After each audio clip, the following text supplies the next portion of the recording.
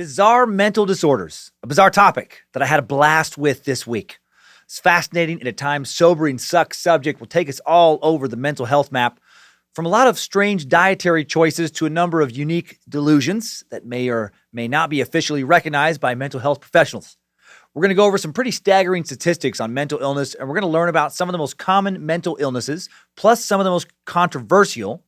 We'll dispel some stupid and some not-so-stupid myths, and we'll take a trip down the old Timesuck timeline and explore a brief history of mental health. And we're going to get weird, so weird, and have some laughs.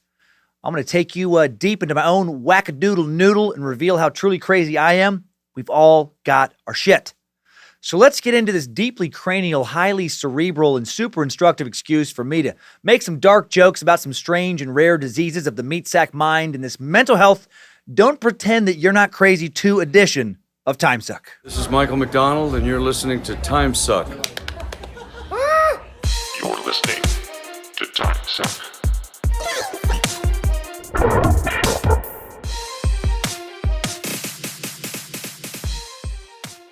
Happy Monday, meatsacks. Work can still wait. It's time for Timesuck.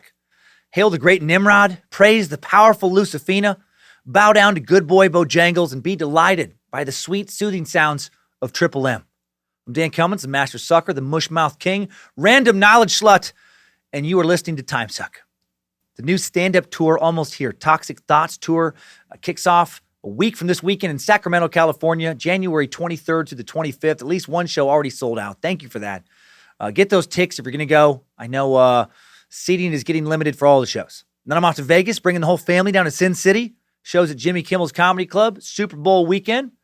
Then it's one show at the Bell House in Brooklyn, one show at the Improv in Washington, D.C., a full weekend at the Rec Room in Huntington Beach for Valentine's, my God, Day weekend. And that's just the beginning. So many more dates at dancummins.tv. Salt Lake City, I know, coming up right around the corner. I got a new shirt. What am I doing? I felt so confident about speaking today. Got a new shirt in the new store, badmagicmerch.com. We have so many new funky designs in there. It felt necessary to put back a classic. Something simple, just the word Timesuck. White letters on a black shirt or black letters on a gray shirt. Just a simple, soft shirt printed on 201% domestic muskrat labia. And again, if you have questions about anything to do with merch or the online store, please use the green tab on the Shopify site. It goes directly to the customer service team. Best guarantees that your message is received in the correct place. Also, thank you for allowing us to donate $4,000 this month to the Tim Tebow Foundation's Night to Shine on behalf of the Space Lizards. Hail Nimrod. The Our Lady Queen of Peace Church in Grafton, Ohio, hosted a Night to Shine on February 7th. Thanks to our donation, these Ohio kids are going to have the time of their lives. Night to Shine, a special prom night only for kids with special needs, age 14 and up. 2020, the 5th annual event, hosted at over 600 churches where kids get picked up in limos, treated like kings and queens. They get to wear fancy dresses and suits, get their pictures taken, walk in on the red carpet. It's awesome. Find out more, go to timtebowfoundation.org, and Night to Shine host information is one of the sub little menus. And thanks as always for the great ratings and reviews online. It's very motivating to make me want to do the best job I can here. And now it's topic time. This week's topic, chosen by the Space Lizards, is part of their duty to interpret and follow Nimrod's will. Usually the Space Lizards tasked with voting on, 2 topics per month, but during the last voting cycle, there was a tie. And it was decided by Nimrod that, the Space Lizards were going to pick back-to-back topics. And they're killing it. So let's get mental.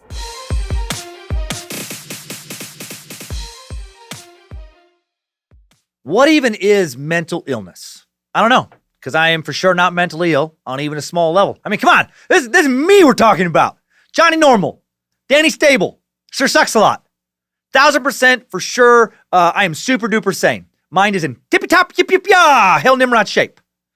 Ask anyone who's ever spent a lot of time around me, and I am definitely not super moody or prone to constantly thinking dark and inappropriate thoughts. Definitely not extremely paranoid sometimes. And who told you I was paranoid, by the way? Somebody fucking tell you? What? Someone's talking, were they? Okay. I can feel it. I always make super solid decisions, barely have a criminal record. I will for sure be allowed back into Canada sometime soon. And I didn't even set that many dumpster fires, or open field fires near houses as a teen. I even only dragged one recliner out of my living room in college and burned it in the yard and almost burned down the entire house because I put too much charcoal lighter on it. I know I'm sane because I only fucked one banana peel in a bathroom in high school, It's been probably 4 years since I cut myself to see if I could handle the pain. I've only jerked off in the woods to scraps of old porno mags a handful of times. I only let one ex-girlfriend shove some stuff in my butt because it, quote, seemed fair. I only have one large-breasted, life-size naked mannequin in my office right now and don't even have that many posters on the walls of my office of disgusting serial killers. And I have recorded no more than maybe 3 hours tops of stand-up material where I openly talk in great detail about wanting to murder strangers. And I haven't fantasized about wanting to be a real-life dirtbag killing Dexter-type serial killer in a few weeks. And like so many other definitely not mentally ill people, I have to have music turned on around me at all times, or I feel tense and angry. And the sound of someone eating potato chips in a quiet room makes me want to start punching holes in the walls and or set something on fucking fire. And like you, other sane person, I am greatly soothed by analyzing statistics.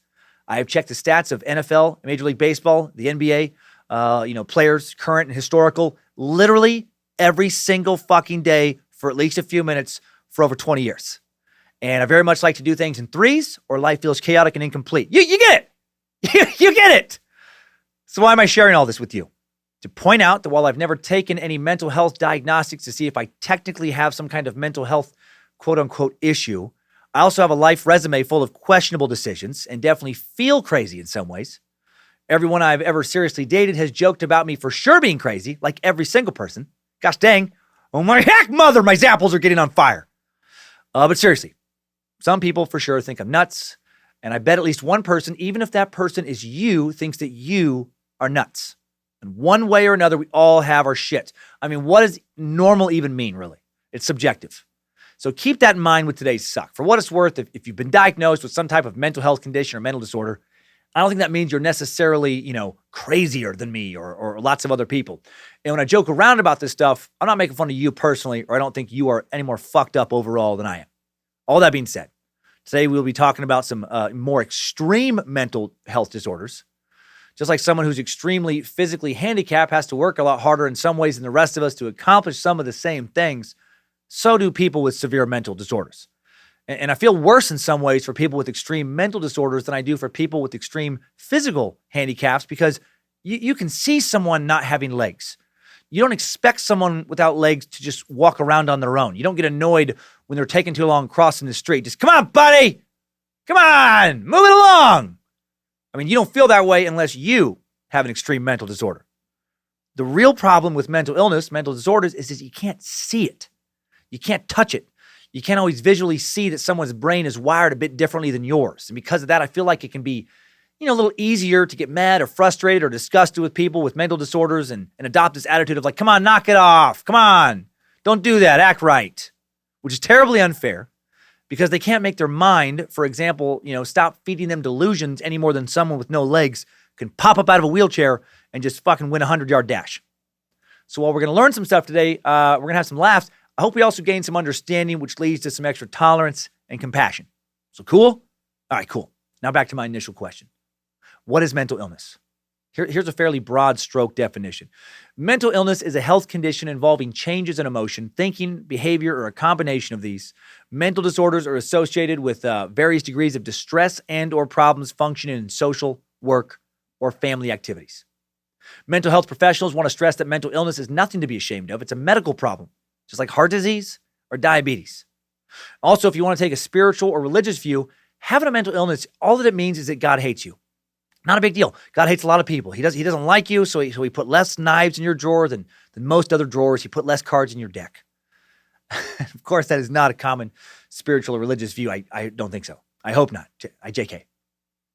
Mental illness is very common. Knowing that is important. Knowing that it's common helps destigmatize it. Having a mental illness is not a sign of weakness. It's something that afflicts all kinds of people from all kinds of different walks of life. Here's some data to prove what I'm talking about. Data. It's one of those words. I always want to call it data. I want to do both. Here's some data. Here's some data. Several studies have shown that about 1 in 5 U.S. adults, 19%, experience some form of mental illness. On top of that, 1 in 24 people, 4.1%, has a serious mental illness defined as a mental, behavioral, or emotional disorder, excluding developmental and substance abuse disorders, resulting in serious functional impairment, which substantially interferes with or limits one or more major life activities. Examples of serious mental illness include major depressive disorder, schizophrenia, and bipolar disorder. Also, 1 in 12 folks, 8.5%, has a diagnosable substance use disorder, which is a type of mental illness. Some brains aren't able to handle alcohol, for example, the same way that other brains can.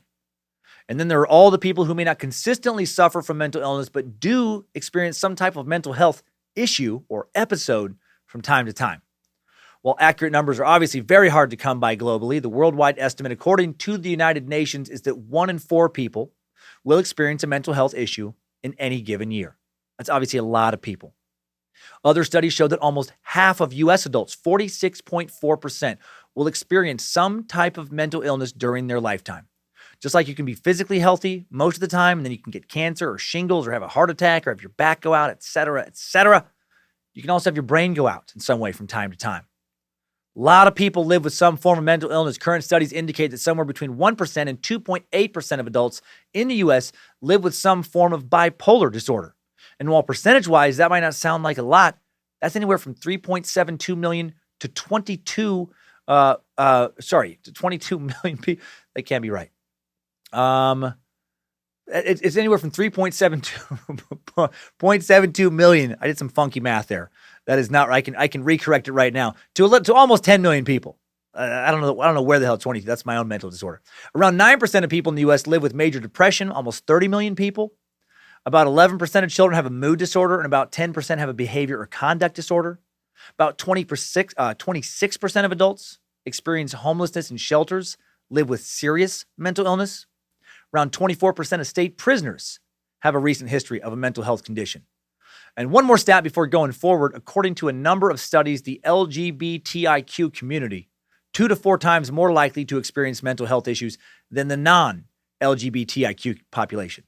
Maybe. There's a lot of questionable diagnostics that have been done surrounding the LGBTIQ community. Mental health stats for this particular population, a little bit controversial, and we'll talk more about that later. Basically, to sum up all the data, you're more likely to experience mental illness than you are to develop heart disease, diabetes, or any kind of cancer. So, if you think you're a little bit knuckin' futz, yeah, you're probably right. Hey, Lucifina. Now let's talk about treatment. Sadly, only around 40% of people thought to have a mental disorder receive professional health care or other treatment, which is a huge bummer because in most cases, mental illness is often very treatable. So you got to do what you got to do to put those clowns back in the car. The vast majority of individuals with mental illness continue to function in their daily lives. Studies show that 70 to 90% of people who seek proper treatment for mental health disorders see a significant reduction in symptoms. So who is most likely to suffer from mental illness? Important to say again that mental illness does not discriminate. It can affect anyone regardless of your age, gender, geography, income, social status, race, ethnicity, religion, spirituality, sexual orientation, background, or any other aspect of cultural identity. However, there is one demographic subgroup mental illness does seem to affect a little more than other groups, and it's guys with tiny, tiny weenuses. The already vulnerable micropene population, studies have shown that grown men with little tiny baby dicks are 3 to 4 inches sadder than other guys. Dad joke! Coming in hot! Sorry. Just 3 to 4 inches sadder than other guys. Made me laugh because I'm an idiot. JK, there are surgeries out there if you're truly worried about penis size, by the way. Therapists who can help you learn to accept it. Actually, not kidding about that. What is big deal? So it's tiny. Maybe it's limp as well. Go get help. Do not go full Chikatilo and try and stab and hate come way back to happiness. Do not try and wrestle away anger or major depression. Thanks, Chikatilo. But there is a population more susceptible to mental illness than any other. There is one. Polish people. According to psychiatrists, all Polish people are extremely mentally ill. Double JK. Polish people are not more likely to be mentally ill because they're not people. They're stupid, angry monsters. Triple JK.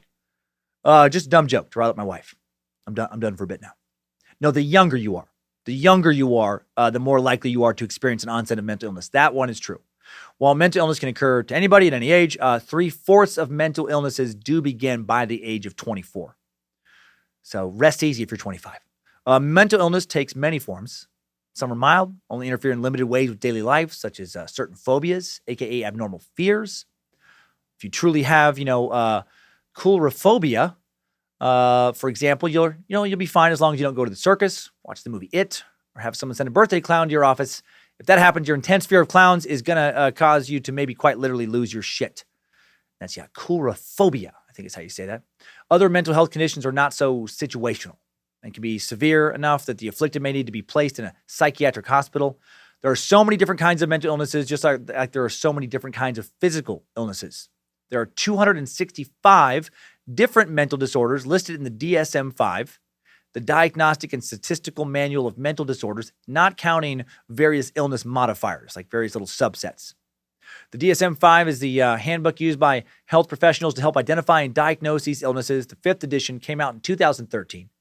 And why are there 5 editions of this diagnostic manual? Because just like how the understanding of physical ailments has changed over time, so has the understanding of mental health. Before we go into the more rare or bizarre disorders, let's first look at the main groupings of the more common mental disorders, and then at some examples of the most common forms of mental illness. Finally, look at some of the more controversial disorders, just get a better understanding of mental health in general. There are 7 major groups of disorders. There are mood disorders, such as depression or bipolar disorder. There are anxiety disorders, various forms of anxiety. A third group is called personality disorders, antisocial, paranoid, borderline personality disorders. A fourth group is psychotic disorders, like schizophrenia. Eating disorders is a 5th group, such as bulimia, anorexia. There's also trauma-related disorders, such as post-traumatic stress disorder. Another group is substance abuse disorders, recently broadened to include gambling disorders. And there are even music disorders for people who feel compelled to play, really, really terrible music like this. Hey, kids! Mental illness is very real. My doctor says I have a special form of OCD. Obsession with cotton candy's dancing. Come on! The acronym almost works even if the joke doesn't. A subset of this music disorder is known as ABS or air banjo syndrome, characterized by pretending to play a made-up instrument known as the air banjo, often over the top of super shitty music.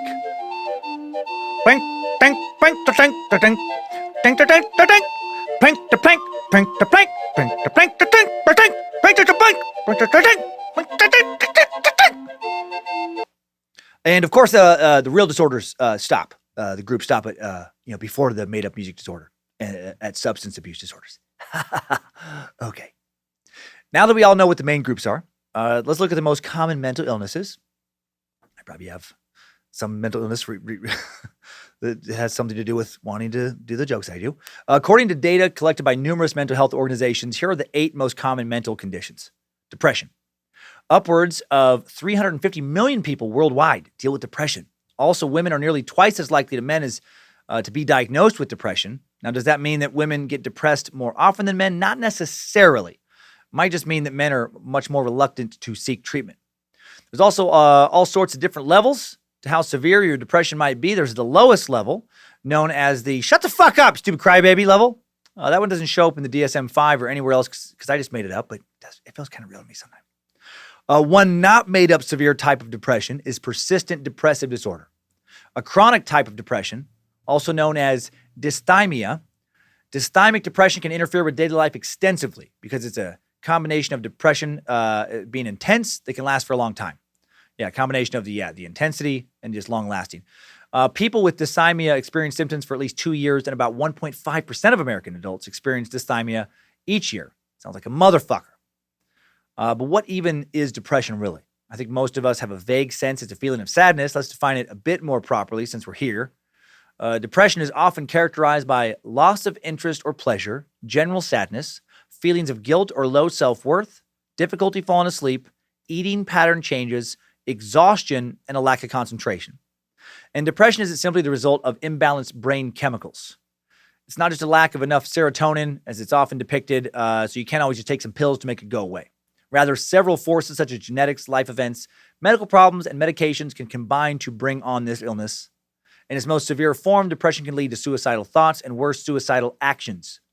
The most effective treatments for depression is cognitive behavior therapy or psychotherapy, and in some cases, also taking antidepressant medication.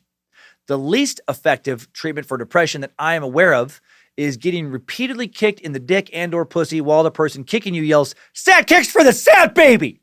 Sad kicks for the sad baby!" I'm guessing. Now, did I say that I'm not a licensed therapist earlier? I feel like I should point out that I am not a licensed therapist.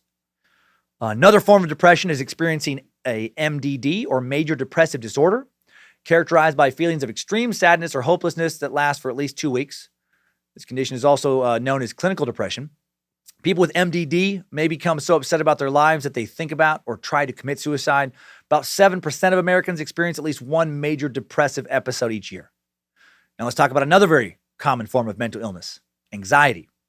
It is not uncommon for a person experiencing depression to also have anxiety and vice versa. Anxiety is tricky because anxiety can be a normal and often healthy emotion. However, when a person regularly feels disproportionate levels of anxiety, it can cross over into becoming a medical disorder. Like if you're feeling really anxious because your spouse is going through your phone and you've been texting with someone you're having an affair with, yeah, you're supposed to feel anxious in that situation. Not feeling anxiety in that situation could speak to mental illness. You might truly be a sociopath. Feeling super anxious to go outside because you're worried you might run into someone you don't know and they might say hi to you and you're afraid you won't say hi back the right way, so you decide just to stay locked in your house. Well, now we're probably talking about mental illness. Anxiety is a disorder that affects 40 million adults in the U.S., or 18.1% of the population every year to varying degrees. It develops from a variety of factors, including genetics, brain chemistry, and life events. While it is a highly treatable illness, only 36.9% of those who live with anxiety actually seek out and access treatment. And this may sound really stupid, but I do wonder if a lot of people who suffer from anxiety don't get treatment because the thought of getting treatment, ironically, makes them feel very anxious. Doesn't that suck? Anxiety disorders form a category of mental health diagnoses that lead to excessive nervousness, fear, apprehension, and worry. Common anxiety disorder is GAD, GAD, generalized anxiety disorder. GAD goes beyond regular and everyday anxiety, like being nervous before a presentation, causes a person to become extremely worried about many things, even when there's little to no reason to worry about them, like the example I made a moment ago. Those with GAD may feel very nervous about just getting through the day.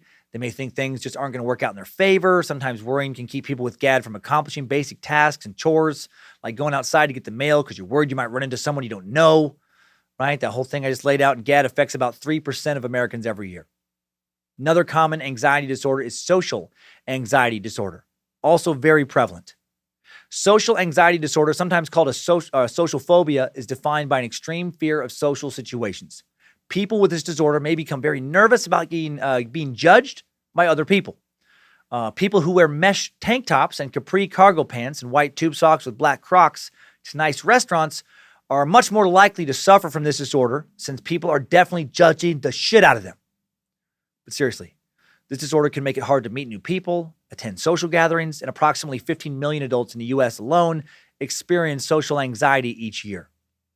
Another common mental illness is bipolar affective disorder. Someone who has bipolar affective disorder will experience both manic and depressive episodes, sometimes bookended, sometimes featuring moments of normal or stabilized mood, and this illness impacts approximately 60 million people to varying degrees worldwide. I had no idea it was that common. A chronic form of mental illness that affects about 2.6% of Americans each year. Mariah Carey, Mel Gibson, Demi Lovato, Russell Brand, Brian Wilson of the Beach Boys, Ernest Hemingway, Turner Broadcasting and CNN founder Ted Turner, Catherine Zeta-Jones, Frank Sinatra, just a few of the many famous people who suffer or have suffered from bipolar affective disorder. Manic episodes can feature elevated or irritable mood, hyperactivity, inflated self-esteem, and a lack of desire to sleep. Depressive episodes are often characterized by feelings of extreme sadness, hopelessness, little energy, and trouble sleeping.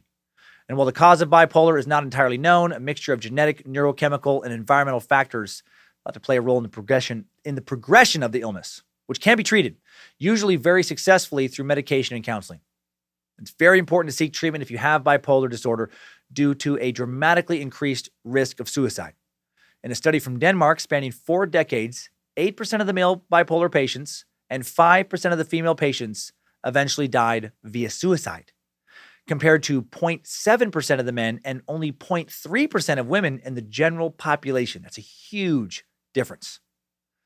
Another common and brutal form of mental illness is schizophrenia. Schizophrenia impacts roughly 23 million people worldwide, characterized by distortions in thinking, perceptions, emotions, sense of self, and behavior.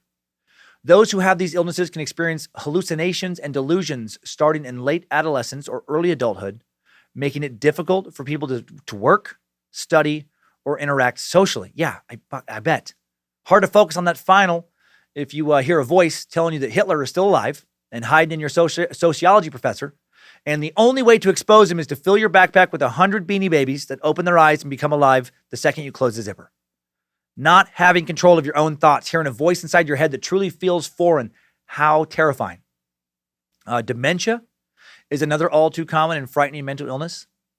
Dementia is generally chronic or progressive in nature and entails a deterioration of cognitive function beyond normal aging, impacting about 50 million people across the globe.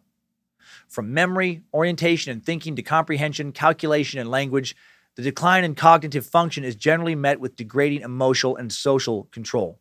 Dementia is caused by a variety of diseases that impact the brain.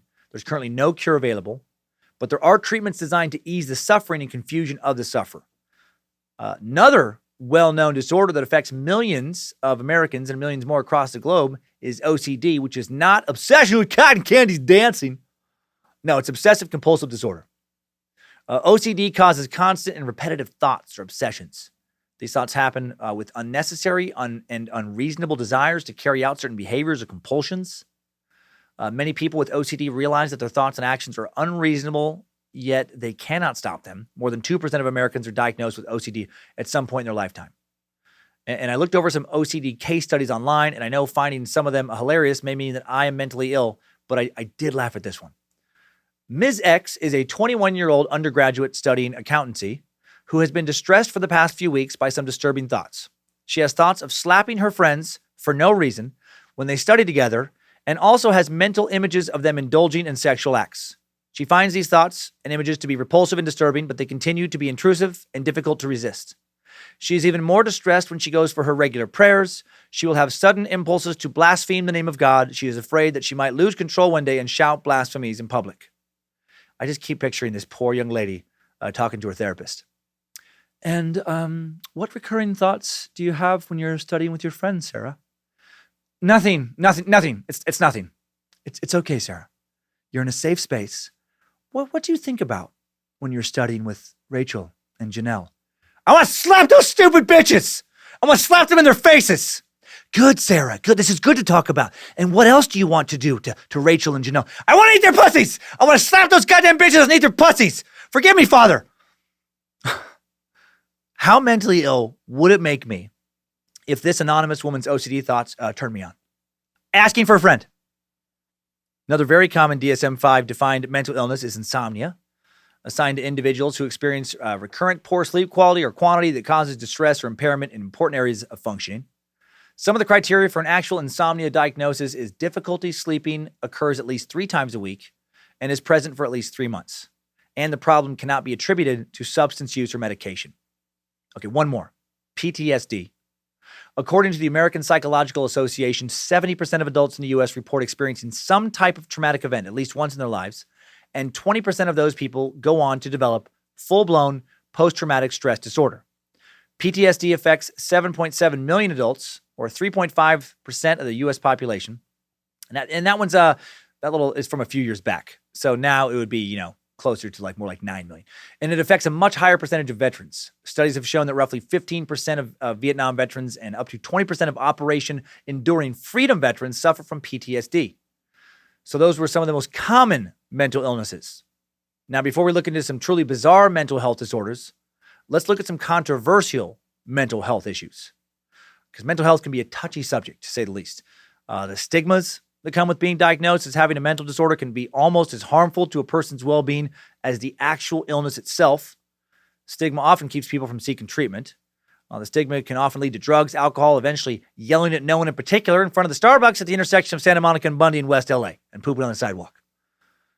I went to that Starbucks for years when I lived 2 blocks from that Starbucks, and I saw what severe, untreated mental illness looks like every time I would go there. Every time. We have friends from that area trying to move right now out of Southern California, mainly because of the staggering number of mentally ill and drug-addicted homeless people in the area. It can definitely be a little unnerving, legitimately scary when a large mentally ill man is storming up the sidewalk towards you speaking absolute gibberish. On 2 different occasions within 4 blocks of my apartment, I saw a dude standing on the sidewalk, pants down, one guy, the other guy pants completely off, facing the street, just beaten off, broad daylight. Guessing they were severely mentally ill, guessing they were not getting treatment. and I'm not a licensed therapist, but strongly assume that they probably should get some treatment. Part of the stigma that comes with mental illness is that some people don't really believe in mental illness or in certain mental illnesses. They think it's some sort of choice. The reason some people stay away from treatment is a lack of belief in treatment effectiveness as well. And even though study after study shows that treatment is incredibly helpful, both of these beliefs are somewhat understandable historically. Until very recently, many psychological disorders were nonsense, and treatment often had more in common with medieval torture than actual medically beneficial drugs and therapy. Historically, the definition of mental disorders has been heavily influenced by societal and cultural norms, which has added some to think that, mental illness is just kind of nonsense, which is not. One recent controversial mental disorder is GID, gender identity disorder, recently redefined as gender dysphoria. Under the old DSM-4, people who felt that their physical gender did not match their true gender were diagnosed with gender identity disorder. And then the DSM-5 slightly revised the criteria for the disorder and changed the name to the less stigmatizing gender dysphoria. Also changed the diagnostic emphasis. In the old DSM-4, GID focused specifically on the identity issue, namely the incongruity between someone's birth gender and the gender with which he or she identifies. Basically, if someone's born with male parts and thinks that they, should have female parts, or vice versa, they used to always be classified as being mentally ill. With the new DSM-5 gender dysphoria, the manual emphasizes the importance of distress about the incongruity for one to be diagnosed with an actual mental illness. Under the new guidelines, feeling that you are a man, for example, when you are born a woman, no longer necessarily a sign of mental illness if you are not distressed. If you're fine feeling that you are one gender but happen to be in the body of another gender, that is, under the new guidelines, not mentally ill. Dr. Robin Rosenberg, a clinical psychologist and a co-author of the psychology textbook Abnormal Psychology, says the disagreement between birth gender and identity may not necessarily be pathological if it does not cause the individual distress. And this is where the controversy kicks in. Some people do not like this condition being, for lack of a better term, normalized. We talked a lot about the transgender debate in Suck 44 if you want to dive deeper on this by specific identification. A lot of the controversy over gender dysmorphia comes over treatment. What do we do with this new emphasis? Should kids who feel gender mismatched be allowed to define themselves? Or should they be encouraged to identify with their physical biological gender? Is encouraging an 8-year-old boy who feels that they are actually a girl, is that the right thing to do? Or should the kid be encouraged to identify with their biological gender until they're older? Is the kid going through a phase, or do they truly have gender dysmorphia? The DSM doesn't really cover treatment, which fuels this debate. I do see the argument on both sides. Those on one side of the argument see their role as helping kids get comfortable in their own skin. Those on the other side say they're forcing a kid to live as an unwanted gender will, cause depression and anxiety. And I see that as well. This issue will remain controversial for quite some time because, not that many longitudinal studies have been done. Hasn't been possible to do them to see how the mental health of someone who gets, say, a gender reassignment surgery at 20 to see how they feel at 40, 50, 60. Will the overwhelming number of those who have the surgery feel good about that choice? Has their mental health dramatically improved, or will they regret it? Will they feel that they, would have been happier if they hadn't have had the surgery? Did the surgery add stress to their life? Only time will tell. Early research does indicate, though, that the overwhelming majority of those who undergo the surgery are glad they did it and feel better and mentally healthier. Most in the psychological community seem to think that in time, gender dysmorphia won't be any more culturally taboo than homosexuality used to be. It wasn't that long ago that homosexuality itself was classified as a mental illness. And perhaps the most famous psychiatric controversy of all in the States, the APA did away with homosexuality as a mental disorder in 1973 after a lot of protests from, the gay and lesbian community. The change was not easy, but the weight of the scientific evidence suggested that same-sex attraction was a normal variant of sexuality among well-adjusted people. That wasn't believed that long ago. Still, the APA included a diagnosis in the 1980 DSM-3 called ego-dystonic homosexuality. This category was like a compromise with psychiatrists who insisted that some gays and lesbians came to them looking for treatment regarding their sexual preference. And then Robert Spitzer, a member of the American Psychological Association's Diagnostic Task Force, said in a 1973 position statement, "The revision in the nomenclature provides the possibility of finding a homosexual to be free of psychiatric disorder, and provides a means to diagnose a mental disorder whose central feature is conflict about homosexual behavior.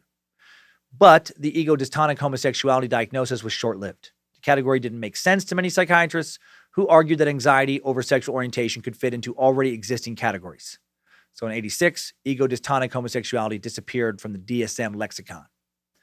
Okay, despite that, in 2020, many people who are not in the field of psychology or psychiatry still do view homosexuality as a mental disorder. Science does not seem to back up that view. It tends to be more based in religion, but the view does exist and is actually quite common. Another controversial disorder classification is sex addiction. According to the Society for the Advancement of Sexual Health, sex addiction is marked by a lack of control over one's sexual behavior. Hail Lucifina! Gosh dang, sucks. No, true sex addicts pursue sex despite negative consequences. They can't set boundaries. They obsess over sex even when they don't want to think about it. Self-described addicts also report that they don't get any pleasure from their sexual behavior, only shame. Despite sex addict being a common term, it's actually not a DSM-5 disorder. It's not. There's a variety of disorders that are out there that aren't in the manual yet, and it may never be, but the term is out there. The APA did recently create a new sexual disorder classification called hypersexual disorder, which is in the DSM-5. It's defined differently for men and women as either a one-way ticket to Boner Town or a state of constant flooding in and around Pussy Creek. And of course, that's not true. But it makes me laugh because I'm an idiot. No, hypersexual disorder is defined as an excessive preoccupation with sexual fantasies, urges, or behaviors that are difficult to control, cause you distress, or negatively affect your health, job, relationship, or other parts of your life. One of the most controversial disorders is Asperger's disorder. In 1994, Asperger's disorder, which is marked by normal intelligence and language abilities but poor social skills, made the DSM-4. However, it was changed in 2013 when the DSM-5 was released. They replaced autistic disorder, Asperger's disorder, and other pervasive developmental disorders with the umbrella diagnosis of autism spectrum disorder. The reason? Research on Asperger's and high-functioning autism had failed to find a difference between the two diagnoses. So overlap between the two disorders was rampant. Up to 44% of kids diagnosed with Asperger's or other autism spectrum labels actually met the criteria for high-functioning autism, according to a 2008 survey. But some Asperger's advocates disapprove of the name change. The high-functioning autism label doesn't always fit people with Asperger's, says Dania Jekyll, the executive director of Asperger's Association of New England, which opposes the change. Man, semantics! All these labels, always changing. Can get a little hard to keep up with. Reminds me that while we meatsacks are so much the same in so many ways, having for the most part the same desires to be loved, appreciated, have some economic stability, put food on the table, roof over the head, the ability to retire someday. We all want our lives to mean something, but we also are also very different, right? I think this is why romantic relationships can be so hard to manage long-term. We all have these super complicated brains that process objective reality so differently. We each add our own spin to the world around us.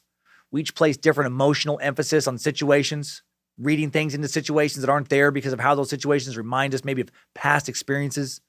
Some of us can see mostly the good in a situation. Some of us see mostly bad. Some of us see shit that isn't there at all.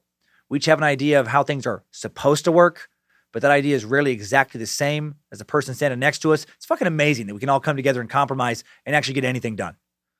We keep shit interesting. Humans. We're a lot of things. One of those things is not boring. We're fascinating creatures. And all these labels just speak to that, just the really diversity. Another controversial diagnosis is childhood bipolar disorder. Bipolar disorder, characterized, by mood swings between depression and excitability, skyrocketed recently as a childhood disorder. Between 1994 and 2003, the number of doctor visits associated with childhood bipolar disorders went up 40-fold, according to a 2007 study in the journal Archives of General Psychiatry. The problem, according to the APA, is that at least some of that increase is due to changes in the way psychiatrists diagnose bipolar in kids, not an actual increase in cases. To correct the issue, the APA is considering changes to the current bipolar criteria, as well as the addition of a new disorder, temper dysregulation with dysphoria. That disorder would apply to kids with persistent irritable moods and frequent temper tantrums, but has already drawn skepticism from some who believe it assigns an unnecessary label to normal kid behavior. I mean, all these labels can be so good, but it does get, just a little bit like, Jesus, there's just a label for every single type of deviation. I mean, I do think at the end of the day, it's good, but does feel like the more labels we come up with, the smaller the slice of quote unquote normal on the pie chart of mental health gets. And maybe that's a good thing. Maybe if we all had a diagnosis, mental illness would really be destigmatized because we would all be, know that we're fucking crazy in some way or another. Maybe it's a very good thing. Another controversial diagnosis is adult ADHD, attention deficit hyperactivity disorder, a well-known childhood diagnosis. Kids with ADHD have trouble sitting still, paying attention, controlling their impulses, guilty. If that's a diagnosis, I'm going to say I for sure had it. I was just never taken in for any kind of, treatment or to be looked at. I was just called a Squirmin' Herman.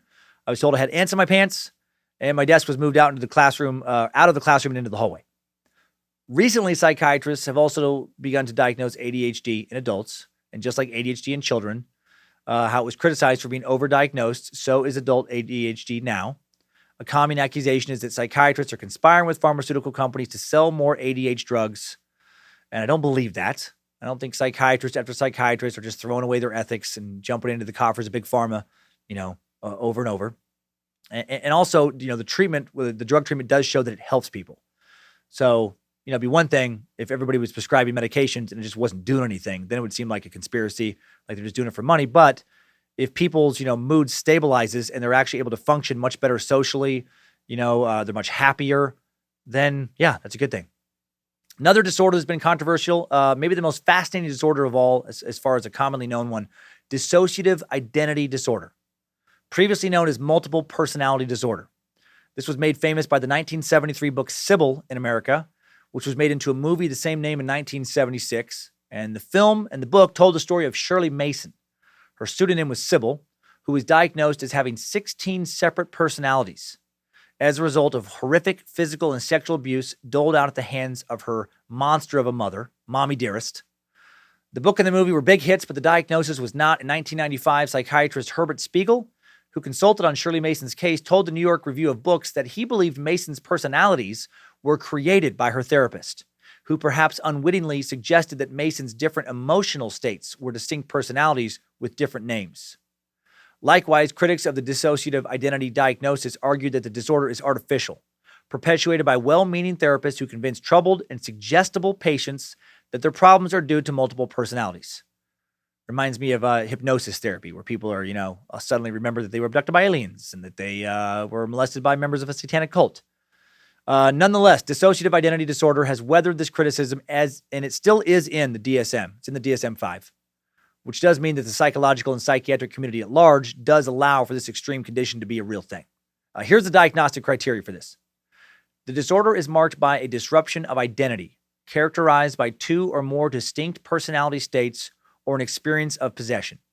The clinician may observe or the patient may report that these personality states demonstrate marked discontinuity in sense of self and or agency, accompanied by changes in affect, behavior, consciousness, memory, perception, cognition, and or sensory motor functioning. In addition, the person experiences dissociative amnesia, a disruption in autobiographical memory that includes gaps or difficulties in recall of everyday events, important personal information, and or traumatic events. Man, how weird. If like each personality is a separate consciousness. Like if that's true, would integrating them into one consciousness be kind of like murder, right? Would you have to kill a few of the personalities to get down to one? And there's been some movies kind of based around that premise that I've enjoyed. I dated someone who swore that her ex had this. She said he would space off, and then suddenly when he would snap back, he would be somebody else with different mannerisms, preferences, memories, speaking cadence. Ugh, dude. I don't care how kind and understanding a person is. It would be really hard to be in a relationship with someone who had this, because essentially it's like you'd be dating multiple people. And again, because I'm an idiot, I immediately picture my wife, Lindsay, having this, and my brain, of course, makes one of her separate personalities super freaky nympho. And I picture her snapping back to her main personality and asking me why she has steel clamps on her nipples and why her butt hurts. Come on, you get it. Nice. And I would just say something like, weird. That's weird. I don't know anything about that. And then she has a hard time understanding what I'm saying because I'm wearing a gimp mask. Anywho, moving on. Hail Lucifina. Another disorder that fits into this list of controversial brain stuff is known as the narcissistic personality disorder, NPD. Narcissists. I feel like there's so many of them out there, but is that true? Someone with an inflated ego, a need for constant praise, and a lack of empathy for others might sound like a shoo-in for psychotherapy, but the introduction of narcissistic personality disorder into the DSM in 1980 was not without people yelling in disagreement over it. The biggest problem was that no one could agree on who had the disorder. Up to half of the people diagnosed with the narcissistic personality initially were lawyers, which I love. And they met the criteria for other personality disorders like histrionic personality disorder, borderline personality disorder, according to a 2001 review in the Journal of Mental Health Counseling. Basically, the diagnosis seemed, almost arbitrary and too common. Does that make it wrong, or is the world just full of narcissists? Is it normal to be a narcissist? Are you a narcissist? Do you know one? Here's the criteria for a diagnosis from the DSM-5. NPD is defined as compromising a pervasive pattern of grandiosity in fantasy or behavior, a constant need for admiration, a lack of empathy, beginning by early adulthood and present in a variety of contexts, as indicated in the presence of at least 5 of the following 9 criteria. So find out if you're a narcissist. Do you have 5 of these next 9 things? Number 1, has a grandiose sense of self-importance. For example, exaggerates achievements and talents, expects to be recognized as superior without commensurate achievements. COMMENSURATE. That word always escapes me when I need it. How to say it? Commensurate? I think so. I don't think I have this one. Maybe I do. Sometimes I do think what I do is important, but sometimes I think I'm a stupid jackass. It doesn't seem consistent. Number 2 is preoccupied with fantasies of unlimited success, power, brilliance, beauty, or ideal love. Now, I don't sit around fantasizing about unlimited power.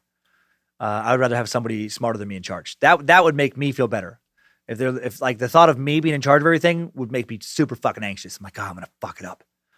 Number 3, believes that he or she is special and unique and can only be understood by or should associate with other special or high status people or institutions. I think I'm kind of special, mostly because you guys say that, but I also think a lot of other people are special. And I have no interest in associating only with high status people. That sounds painful. Powerful people usually come across as very arrogant to me and not as an enjoyable personality type to be around.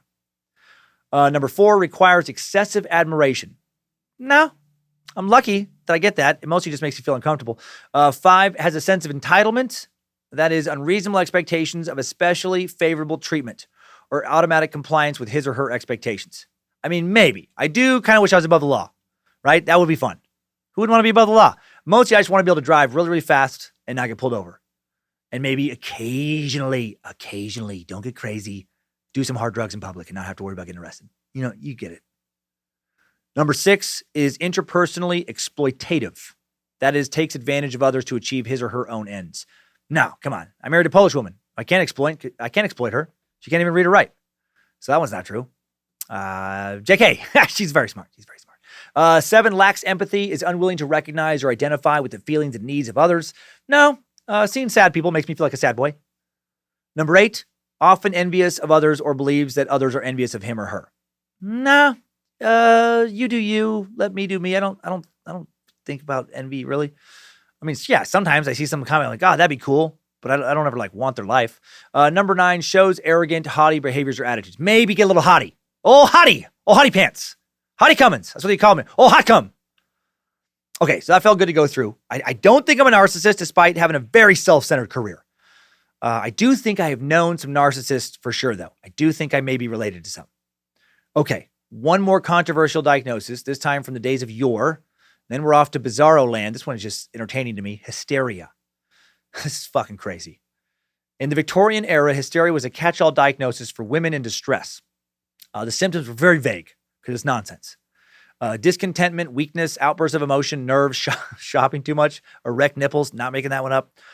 Super sexist, long debunked diagnosis. A common, basically it's like, women, she's a typical woman. It's like that kind of fucking thought process. This is so crazy. A common treatment for hysteria called hysterical paroxysm was insane. Hysterical paroxysm. Oh, shit. I don't know. I usually do all my pronunciation checks. This is Paroxysm. Paroxysm. I think it's paroxysm. I think I was right the first time. Was a doctor massaging his patient's vagina and clitoris, either manually or with a vibrator. I'm not making this up. This treatment was born way before the Victorian era. It goes back to the time of the Romans, at least. A 2nd century Roman physician, Galen, wrote, quote, following the remedies and arising from the touch of the genital organs required by the treatment, there followed twitchings accompanied at the same time by pain and pleasure, after which she emitted turbid and abundant sperm. From that time on, she was free of all the evil she felt. Yeah, she came and she felt better. What the fuck?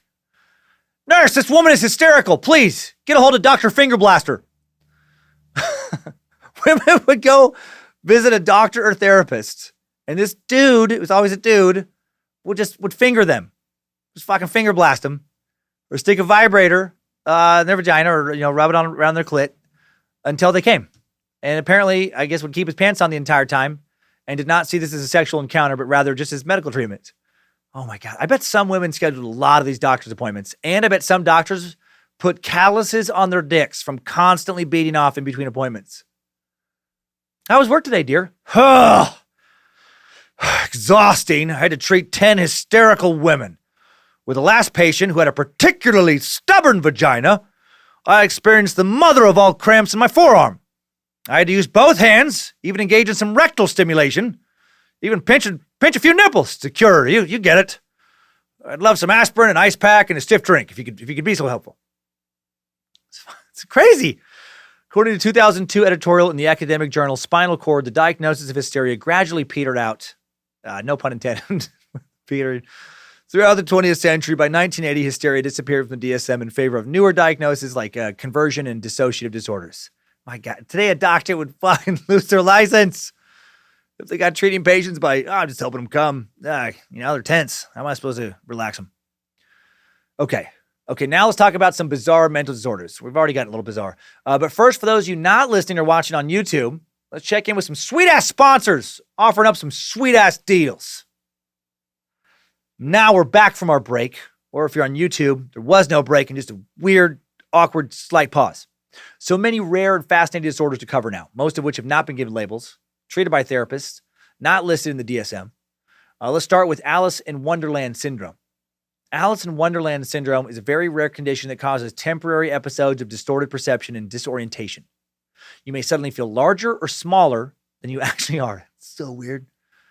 You may also, I feel like I've given Joe Paisley this. I feel like all our talks about him being tiny, it makes him feel smaller than he actually is. He's not actually that small of a dude. But I feel like sometimes I constantly talk about him being so tiny. I wonder how tiny he thinks he is.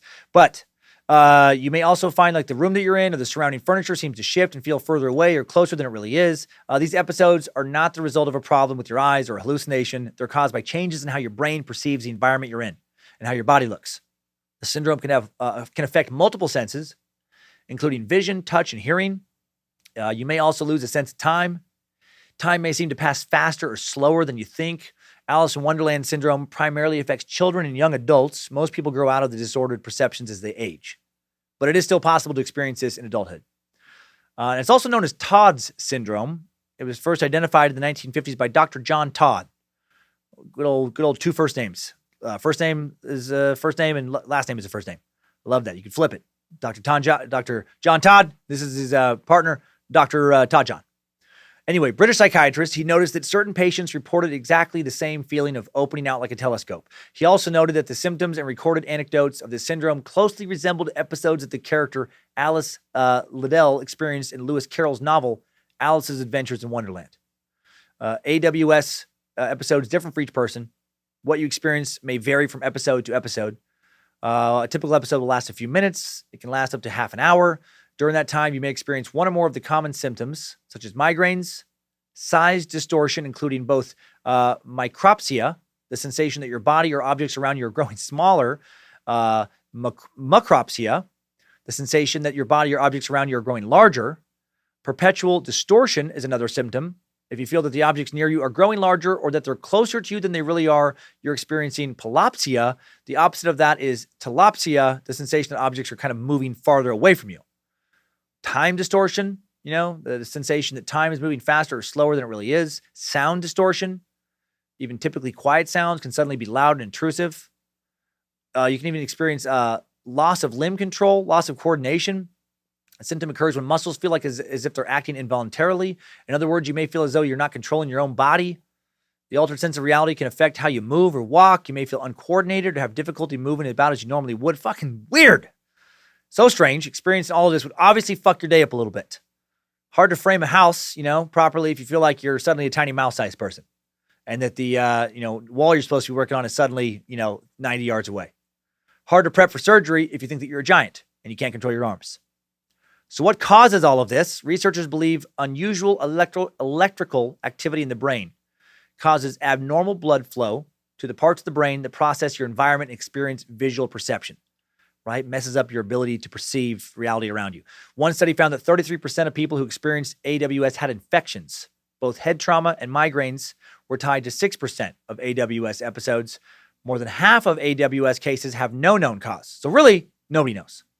Nobody really knows what's going on with this. And there are no treatment options available for this disorder currently. Even stranger disorder, in my opinion, is known as alien hand syndrome. Alien hand syndrome sadly has nothing to do with extraterrestrials. It's not a disorder where you're convinced you have found an alien's hand and you've put it in a box and you've locked it until you can figure out how you can use it like some sort of tracking device to find the spaceship. It's going to take you to a planet where you can find king shit of fuck mountain. No, it's a phenomenon in which one hand or sometimes a leg is not under control of the mind. The most prominent symptom of alien hand syndrome is the inability to control the hand as it acts independently. The affected hand may move involuntarily or perform goal-directed tasks and actions. The hand is said to move without cognitive control or awareness. It's as though it's being controlled by someone else or has a mind of its own. The hand may touch your face, button a shirt, pick up an object, sometimes repeatedly or compulsively. The alien hand may also levitate on its own, may engage in self-oppositional actions such as closing a drawer that the other hand has just opened or unbuttoning a shirt that you just buttoned. That would be so annoying. Oh my God, what if you, every time you try to eat some chili with one hand, your other hand just fucking slapped it out of your, the spoon out of your hand? What if your one hand that you couldn't control wanted to constantly pick your butt aggressively in public? Or worse, what if it constantly wanted to pick other people's butts in public and you couldn't stop it? People with alien hand syndrome may even sense that the hand or limb is foreign, doesn't belong to them. The disorder can be tied to a brain tumor, an aneurysm, a stroke, and neurosurgery. No cure for alien hand syndrome, other than, cutting off your arm, which is extreme. And how much would it suck if you cut off one arm and then your other lone remaining arm suddenly started acting up on its own? Not even sure that that's possible. The next disorder, somewhat related to alien hand syndrome, arguably much worse. It's called, it's a tricky one, apatemnophilia. Apatemnophilia. There we go. Whew, big word. Big, high-level, top-shelf word. Apatemnophilia. Fuck this word. Or body integrity identity disorder, BIID, easier, defined by the uncontrollable desire to amputate one or more healthy limbs or to become paraplegic. It's also sometimes known as amputee identity disorder, AID. Let's call it that, AID. The urge is so strong with this thankfully very rare disorder that many who are afflicted end up mutilating themselves. Yeek. By shooting into a leg, sawing off a finger or toe, placing the offensive limb in the way of an oncoming train, freezing the limb to death, packing it in ice. One person even injected their knee with liquidized fecal matter in an attempt to kill their leg. And doctors have no idea how to treat it. So you should do your best just to not get it. Maybe you should run a little mantra through your head when you wake up in the morning. Just please do not let me get apatapataba. Please do not let me get apatapataphilia. I can't imagine just looking at my perfectly healthy legs and thinking, I need to get rid of these stupid fucking legs. God, life would be easier if I just didn't have these legs mucking up everything. Next up is an extremely rare disorder. Very little has been written about. It's Boanthropy. Boanthropy is a strange delusional disorder where the sufferer believes that he or she is a cow or an ox. It reportedly starts as a dream, eventually taking hold of the mind as a full-blown, powerful delusion. What kind of thoughts do you have with this disorder? Like you get super nervous if you have this and then you somehow end up in a butcher shop? Just stay cool. Act natural. Do not freak out. You're just in a room full of people buying the meat of your brothers and sisters. You're just being looked at by a man cutting up that meat. Oh my God, they're going to cut me up next. Patients with Capgras Delusion. Let's talk about this next one. It's another bizarre disorder. Capgras Delusion or syndrome are sure that a person close to them, like their significant other, a close friend, family member, have been replaced by an identical imposter. It was named after Joseph Capgras, an early and mid-20th century French psychiatrist who described the first case, a woman named Madame M, who had the delusion that her husband had been switched out for a double. Capgras syndrome has repeatedly been reported in late-stage Alzheimer's dementia, but can also occur without dementia. Without dementia, Capgras syndrome typically develops after lesions to the right hemisphere. I watched a video about this poor bastard. He was thrown from his car in a terrible car accident, suffered a traumatic brain injury. He had damage to the right hemisphere of his brain. He was in a coma for 3 weeks. When he woke up, he lost the use of his right arm. It was still physically there, but he couldn't control it. Also, thought his mom had been replaced by an imposter. Just didn't trust that his mom was his mom. Just always fucking shooting a stink eye at his mom. Like, it's not her. No matter how many people would tell him it's her. It's like, dude, it's her. No, something's wrong. It can also be the symptom of a psychotic disorder, like most commonly schizophrenia. It can be dangerous. Violence against the misidentified person is possible, right? If you just think like, where is it? Where's my real mom? More likely when delusions are well developed. A past history of aggressive behavior, delusions against a specific person, a suspiciousness and hostility contribute towards dangerousness. Maybe that's why Ed Kemper decapitated his mom. Mother, you are not mother! That's why I got to put your head on a stick! This next disorder makes some sense considering how prevalent werewolf and shape-shifting legends are throughout history. Clinical lycanthropy. Clinical lycanthropy is defined as a rare psychiatric syndrome that involves a delusion that the affected person thinks they can transform into, or is transforming into, or has already transformed into an animal. The afflicted may grunt, claw, feel that their body is covered with hair and their nails are elongated. Some people strongly believe that they're in process of metamorphosis into a werewolf. There have been at least 13 case reports of people since 1850 having this. Besides werewolves, one 47-year-old lady claimed that she was a snake. Super weird. I would rather think that I was turned into a werewolf, though, than want to cut my legs off. I mean, if I had to pick, that one seems better than apotomonophilia. Also better than boanthropy. I mean, if I'm going to turn into an animal, I would rather be a werewolf, not a cow. The next disorder sounds a lot like living inside a zombie movie. Oh man, my God, it is crazy how the brain can work. Cotard delusion, also known as walking corpse syndrome or Cotard syndrome, is a very rare mental disorder in which the affected person holds the delusional belief that they're already dead. They don't exist. Is another, variation of this, or that they're putrefying, they're rotting, they've lost their blood or internal organs. It usually occurs with severe depression and some psychotic disorder like schizophrenia. One of the main symptoms of Cotard delusion is nihilism, the belief that life is meaningless, which makes sense, right? Like one doctor talked about in this video I watched, people suffering from Cotard delusion can be very hard to motivate because they think, well, what's the fucking point of getting a job? I'm dead. Why should I get a boyfriend or girlfriend? I'm dead. I'm not going to show up at school. I'm already dead. Like they actually think that in their heads. Like how frustrating would it be to be the parent of a child with Cotard delusion? It's like, dude, come on. Please pick up your room. It stinks. No, Dad, I stink. Because I'm dead and my flesh is rotting. For the millionth time, you're not rotting. Garbage in your room might be rotting. Please pick it up. How about you pick me up, Dad? Throw me in the trash. Throw away your dead, rotting son. Well, if you're so dead smart, guy, how are you still able to play PS4 all day? Eat all the Egos, drink all the milk? I don't know, Dad, I'm not God. I'm just a dead, rotting teen who will clean up his room when he becomes alive again. God, that'd be hard to understand, especially before, people understood modern psychiatry. Researchers not sure what causes Cotard delusion. Cotard usually occurs with other conditions, so treatment options can vary widely. A 2009 review found that electroconvulsive therapy, ECT, was the most commonly used treatment. Also a common treatment for severe depression, with which Cotard delusion is often linked. ECT involves passing small electric currents through the brain to create small seizures while you're under general anesthesia. This next one, not necessarily as weird, not as weird, but not any less scary. It's listed in the DSM-5. It's dissociative fugue. Dissociative fugue, also now sometimes known as the Jason Bourne syndrome from all the Matt Damon movies, is when it's one or more episodes of amnesia in which an individual cannot recall some or all of his or her past. Either the loss of one's identity or the formation of a new identity may occur with sudden, unexpected, purposeful travel away from home. You can remember how to tie your shoes, drive a car, perform certain skills you learned at work or in school, etc., but you don't know who you are, or you become someone else for a bit. Specific symptoms can include sudden, unexpected travel away from home or one's customary place of work with the inability to recall one's past. confusion about personal identity or assumption of a new identity, partial or complete. The disturbance does not occur exclusively during the course of dissociative identity disorder and is not due to the direct physiological effects of a substance.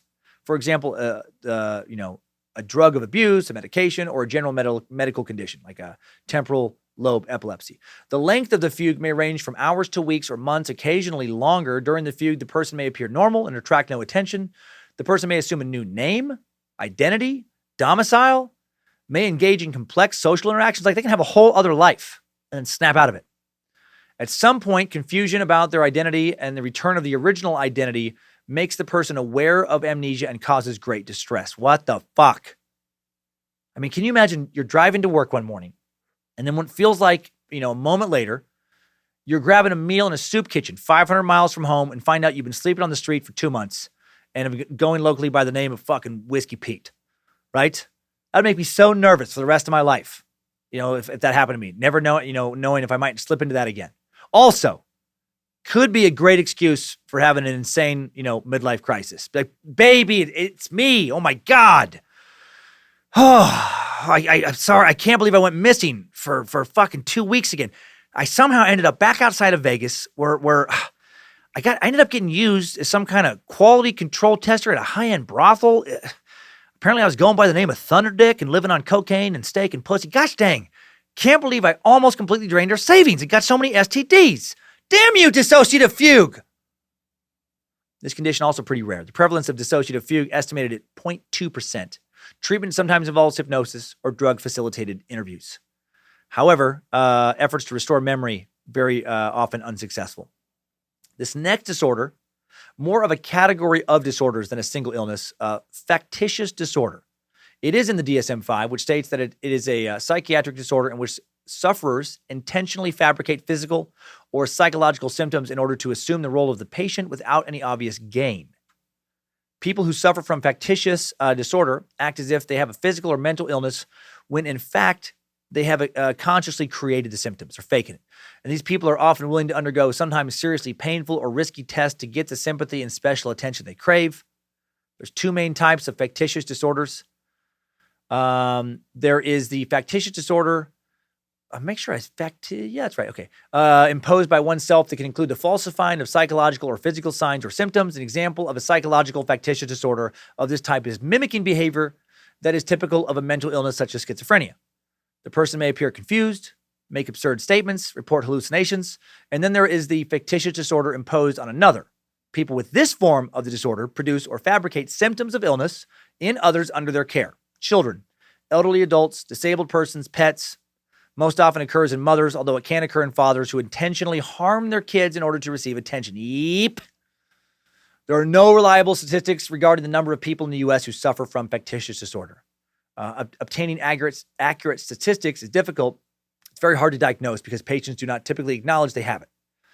The exact cause of a factitious disorder not known. Researchers believe both biological and psychological factors play a role.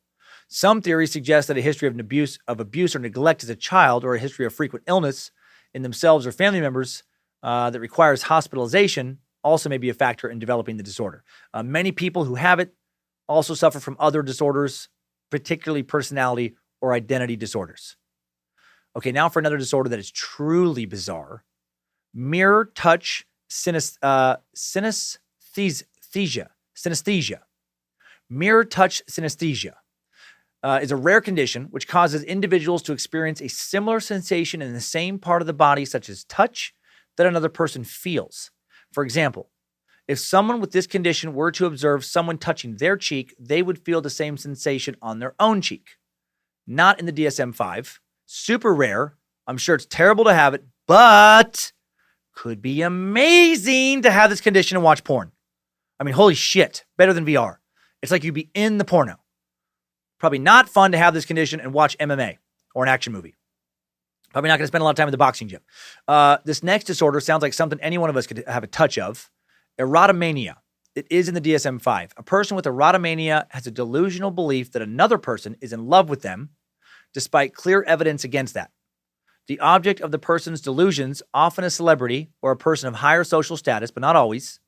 An individual may believe that this person is communicating with them and affirming their love using secret messages. It's often combined with another psychiatric illness such as schizophrenia or bipolar disorder. And some people who've had it have done some seriously terrible things because they thought that someone they were in love with told them to do it, like John Hinckley.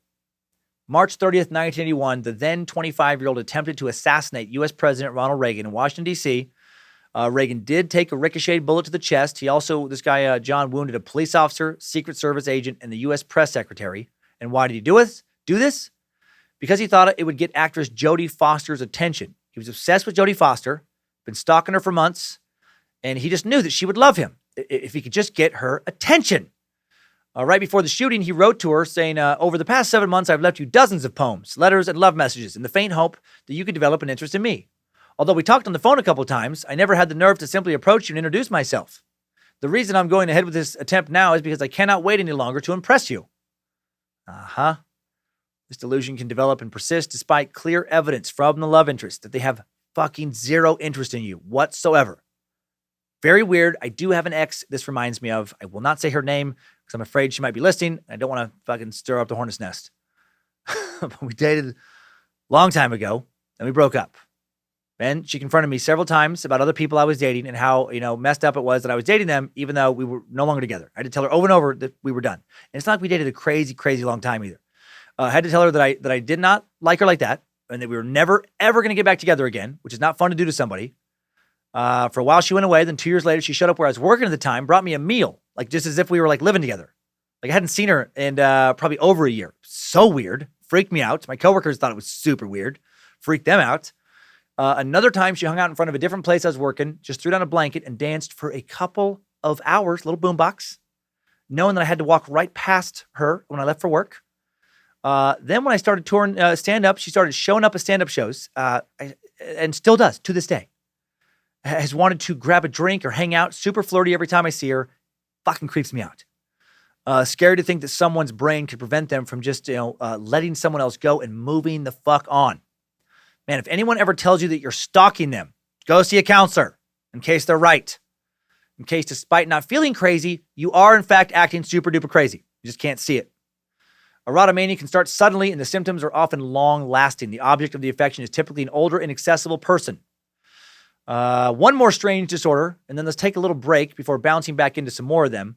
We'll go into a little timeline. Another delusional disorder, this time revolving around extreme jealousy called the Othello syndrome. Pathological jealousy, also known as a morbid jealousy. Othello syndrome or delusional jealousy is a psychological disorder in which a person is preoccupied with the thought that their spouse or sexual partner is being unfaithful without having any real proof, along with socially unacceptable or abnormal behavior. This would include recurrent accusations of infidelity, searches for evidence, repeated interrogation of the partner, tests of the partner's fidelity, and sometimes a bit of stalking. The Othello syndrome affects males and less often females. The syndrome may appear by itself or be part of paranoid schizophrenia, alcoholism, or even cocaine addiction. As in Othello, the play by Shakespeare, the syndrome can be highly dangerous and can result in disruption of a marriage, homicide, or suicide. Not fun to have a coked out schizophrenic furious with you because you are for sure cheating on them with someone you may have not even met. Extreme jealousy, paranoia, no thank you. I can deal with some shit in a relationship, but not that. Okay. Now let's take a small break from bizarre disorders, look at some of the history of how mental illness has been handled over the years. Some of this covered way back in Suck 20, Insane Asylum Tales. That was 3 years ago, though. So we'll get back to some more bizarre mental disorders after this episode's relatively short Timesuck timeline that looks into how we meatsacks have viewed and treated mental illness over the years in the Western world. Strap on those boots, soldier. We're marching down a Timesuck timeline.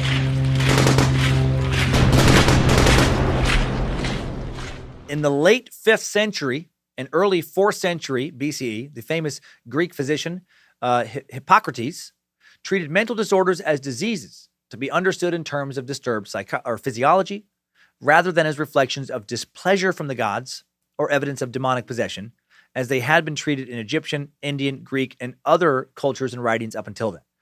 And how crazy is that this dude knew that mental illness originated in the human body and was not an affliction of the soul. And then over 1,500 years later, during the dark ages of medieval Europe, most people had reverted back to primitive thinking and believed once again that mentally ill people were witches and nasty sinners and repentance could cure them. Good reminder that progress can turn into regression if we don't stay on top of that shit. Hail Nimrod. Later, other Greek medical writers set out treatments for mentally ill people that included quiet, occupation, the use of drugs such as the purgative, hellebore.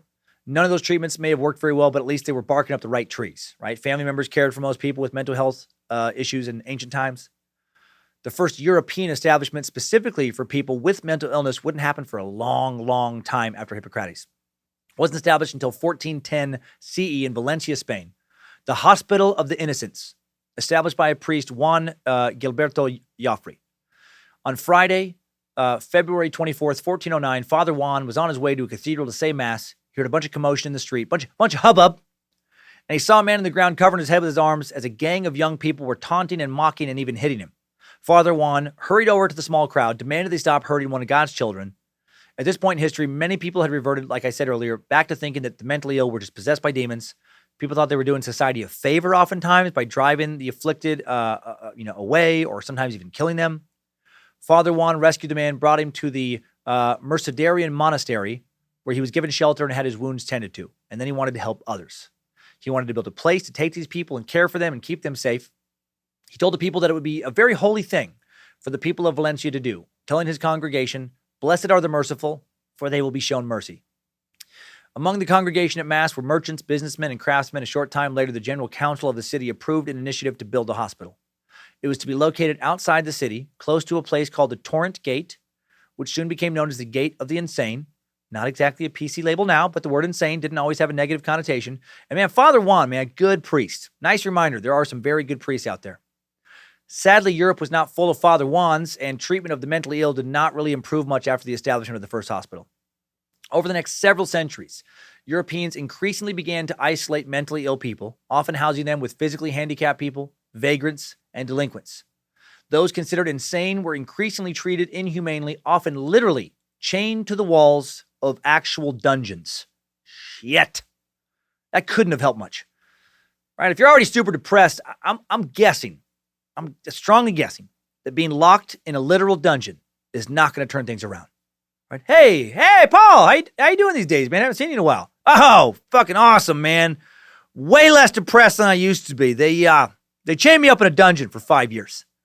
And at first, I'm not going to lie, I didn't like it. Being chained to the wall of a cold dungeon filled with rats and the wailing of the dying and the stench of the already dead, it really kind of bummed me out further. I felt more depressed, but then I was like, this is a good thing. This really gives me a lot of time to think about me. A lot of time to think about how I don't want to be chained up in a dungeon anymore. It turned out I just needed a perspective adjustment. Like before the dungeon, I hated working as a serf for a terrible lord who took nearly all of my money every year in unjust taxes. But now I'm like, eating barely enough stale bread to stay alive and breaking my back working every single day, it's way better than rotting in a dungeon. By the late 1700s, concern over the treatment of the mentally ill had grown to the point that occasional reforms were instituted. After the French Revolution, French physician Philippe Pinel takes over an insane asylum and forbids the use of chains and shackles. He removes patients from dungeons, provides them. I just fucking can't believe that people just got thrown in dungeons all the time. Just keep hearing this word dungeons. It's like, it doesn't seem real. Like, how crazy is that? That they just fucking dragged somebody into the basement of like some castle, this dank, gloomy dungeon, and literally just chained him to the wall. That'll teach him for acting weird. So he took him out of the dungeons, this guy, Philippe Pinel, provided them with sunny rooms, allowed them to exercise on the grounds. Sadly, in many other asylums, mistreatment persisted in the late 1700s. In the 1840s, in America, activist and mental health pioneer Dorothea Dix lobbied for better living conditions for the mentally ill. After witnessing the dangerous and unhealthy conditions in which many patients lived, over a 40-year period, Dix successfully persuaded the U.S. government to fund the building of 32 state psychiatric hospitals. A new institutional inpatient care model was born, in which many patients lived in hospitals and were treated by professional staff. It was considered the most effective way to care for the mentally ill at the time, and it probably was at the time. Institutionalization was welcomed by families and communities who didn't know how to care for mentally ill relatives. Although institutionalized care increased patient access to mental health services, the state hospitals soon became very overcrowded, underfunded, understaffed, and the institutional care system became a fucking living nightmare for most people. In the late 19th century, mental illness studied more scientifically as German psychiatrist Emil Kraepelin distinguishes mental disorders. Though subsequent research will disprove some of his findings, his fundamental distinction between manic depressive psychosis and schizophrenia holds to this day. Now that we moved a long way from the Dark Ages, diagnosis of, the devil's inside this man. The devil made him do it. So that's, it's good. Some progress. Also in the late 19th century, asylum life, it gets even worse in the U.S. The expectation in the U.S. that hospitals for the mentally ill and humane treatment will cure the sick does not prove true. State mental hospitals have become dangerously overcrowded now. Custodial care supersedes humane treatment. New York World reporter Nellie Bly poses as a mentally ill person to become an inmate at an asylum. Her reports from inside result in more funding to improve conditions. Man, Nellie Bly, very brave, meatsack. Working under an assumed name in 1887, the then 23-year-old took a room in a boarding house, set out to prove herself insane. She wandered the halls and nearby streets, refused to sleep, ranted and yelled incoherently, even practiced looking crazed in a mirror. Within days, the boarding house owner summoned the police. She claimed to be a Cuban immigrant suffering from amnesia. A perplexed judge sent her to Bellevue Hospital in New York City, where hospital inmates were forced to eat spoiled food, live in squalid conditions. She was diagnosed there with dementia and other psychological illnesses, and then sent by ferry to Blackwell's Island in the East River. Originally built to hold 1,000 patients, Blackwell was cramming more than 1,600 people into the asylum when Bly arrived in the fall of 1887. So 1,600 people in a building meant for 1,000. That's fucking crazy. Just 16 doctors on staff. Patients were forced to take ice-cold baths and remain in wet clothes for hours, leading to frequent illnesses. They were forced to sit on benches without speaking or moving for stints lasting 12 hours or more. Some patients were tethered together with ropes, forced to pull carts around like mules. Food and sanitary conditions were horrific. Rotten meat, moldy, stale bread, frequently contaminated water were being dished out. Those who complained or resisted were beaten, sometimes savagely. And Bly even spoke of the threat of sexual violence by vicious, tyrannical staffers, basically like, shut up or we'll rape you. Also, many of the inmates weren't even mentally ill. They were just poor, and they were sent there by families who couldn't afford to care for them, or by the courts who didn't know what to do with them. Reasons for admission into the Trans-Allegheny Lunatic Asylum in West Virginia from 1864 to 1889 included, and this just speaks to people going into these insane asylums who shouldn't even be there because they didn't even have any mental health issue.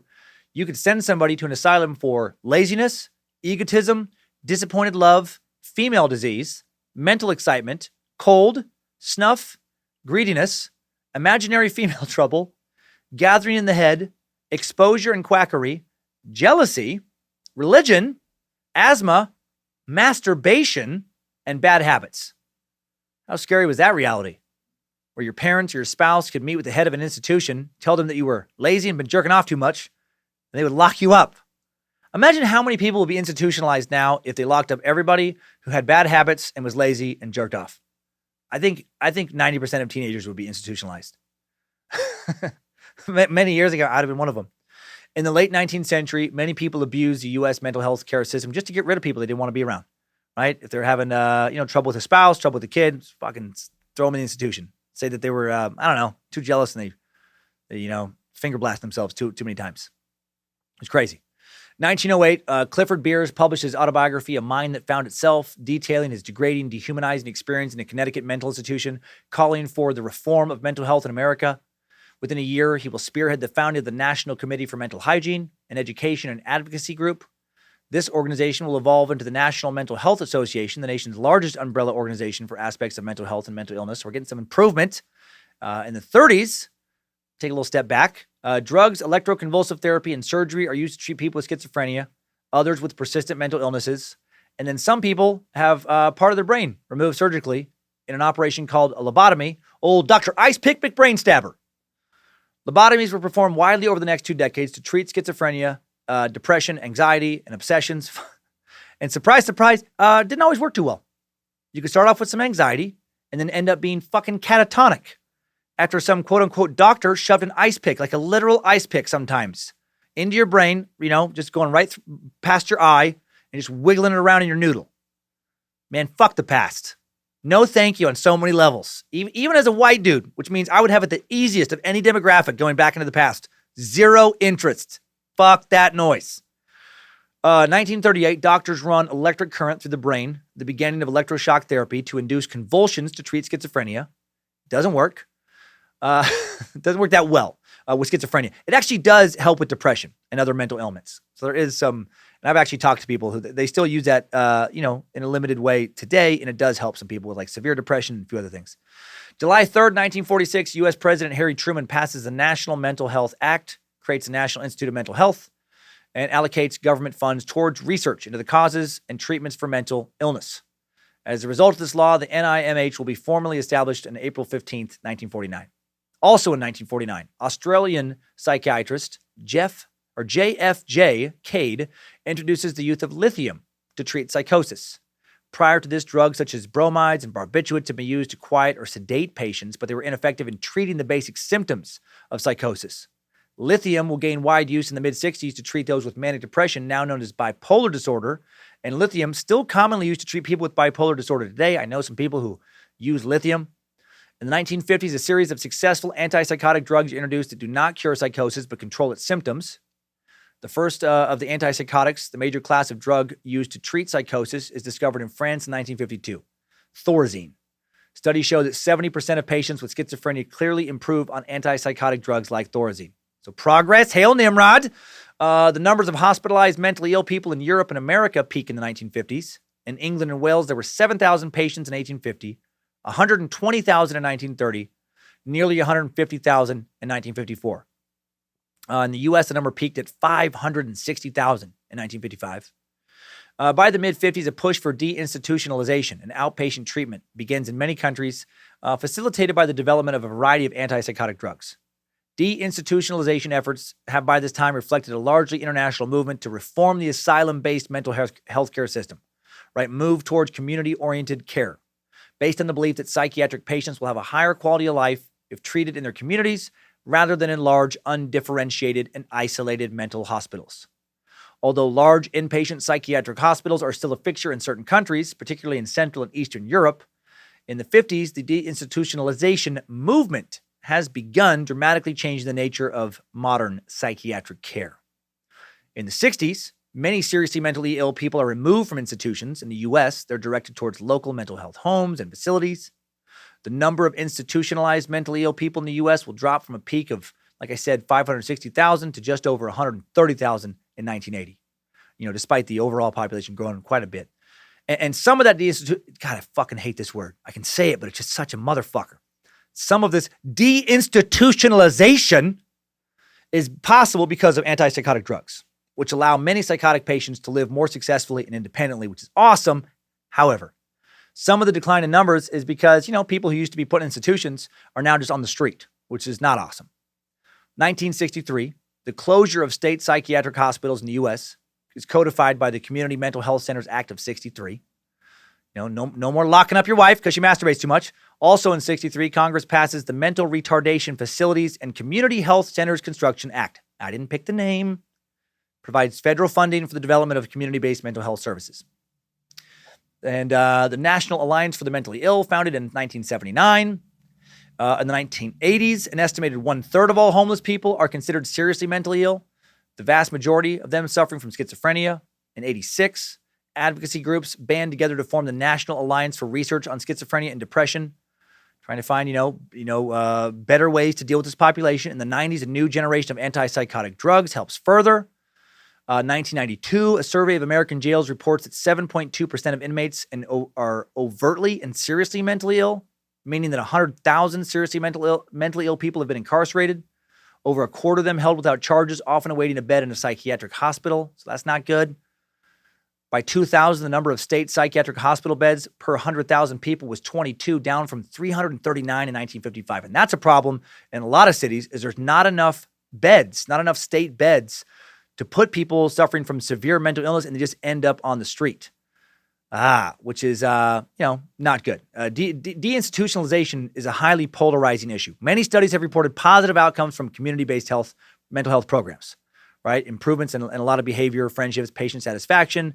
Other studies report loneliness, poverty, bad living conditions, poor physical health, more harm to the community because of people being out on the street. Critics of deinstitutionalization point that, or point out that many patients who have been removed from inpatient psychiatric hospitals to nursing or residential homes, those places aren't always staffed properly. They don't get the proper medications. And for lack of a better word, it is insane to me how many severely mentally ill people are living on the street in like Los Angeles. I was just there, recently again, and it's so much worse than it even was 3 years ago. Parts of Venice Beach, downtown LA, parts of Santa Monica feel like just free reign psychiatric hospitals where so many people are clearly severely mentally ill and just wandering around. Sad for them and sad for everyone else living there. I addressed this earlier when I was talking about that Starbucks on Santa Monica Monday. I had to stop going to that Starbucks, and this was a couple years ago, because it was just literally too crazy.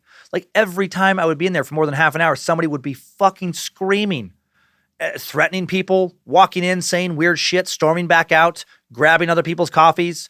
One dude just sat next to me, like one of the last times I was there, and just maybe like 6 inches from my face, and just stared at me, like a very intense stare, just like leaning forward. And I'm like, okay, all right, this is enough. So, it's tough. You don't want people to be locked up in institutions, but if you try to do more community-based things, then sometimes it's harder to keep track of them because there isn't the funding for all of that. You got to fund that stuff really properly to make it work. And if it doesn't work, then just people are out fucking wandering around the streets, and that's not good for anybody. So, I don't know. Many experts hope that by improving community-based programs, expanding inpatient care to fulfill the needs of severely mentally ill patients, the U.S. will achieve, improved treatment outcomes, increased access to mental health care, and better quality of life for the mentally ill. I hope it happens. A lot of people working very hard to help solve what seems like sometimes an unsolvable problem. A lot of people pouring their heart and soul and expertise into making sure one of the world's most vulnerable populations gets the best care they can. It's nice to think about that people are working very hard to fix this. We cover so many pieces of shit here on the Suck. It's easy to forget that there's a lot of truly wonderful people out there. So who knows? Maybe someday we will figure out how to make this world great for everybody, including people with severe mental illness. I hope that happens. A lot of people are working on it. And that is all for this week's Timesuck Timeline. Good job, soldier. You made it back. Barely.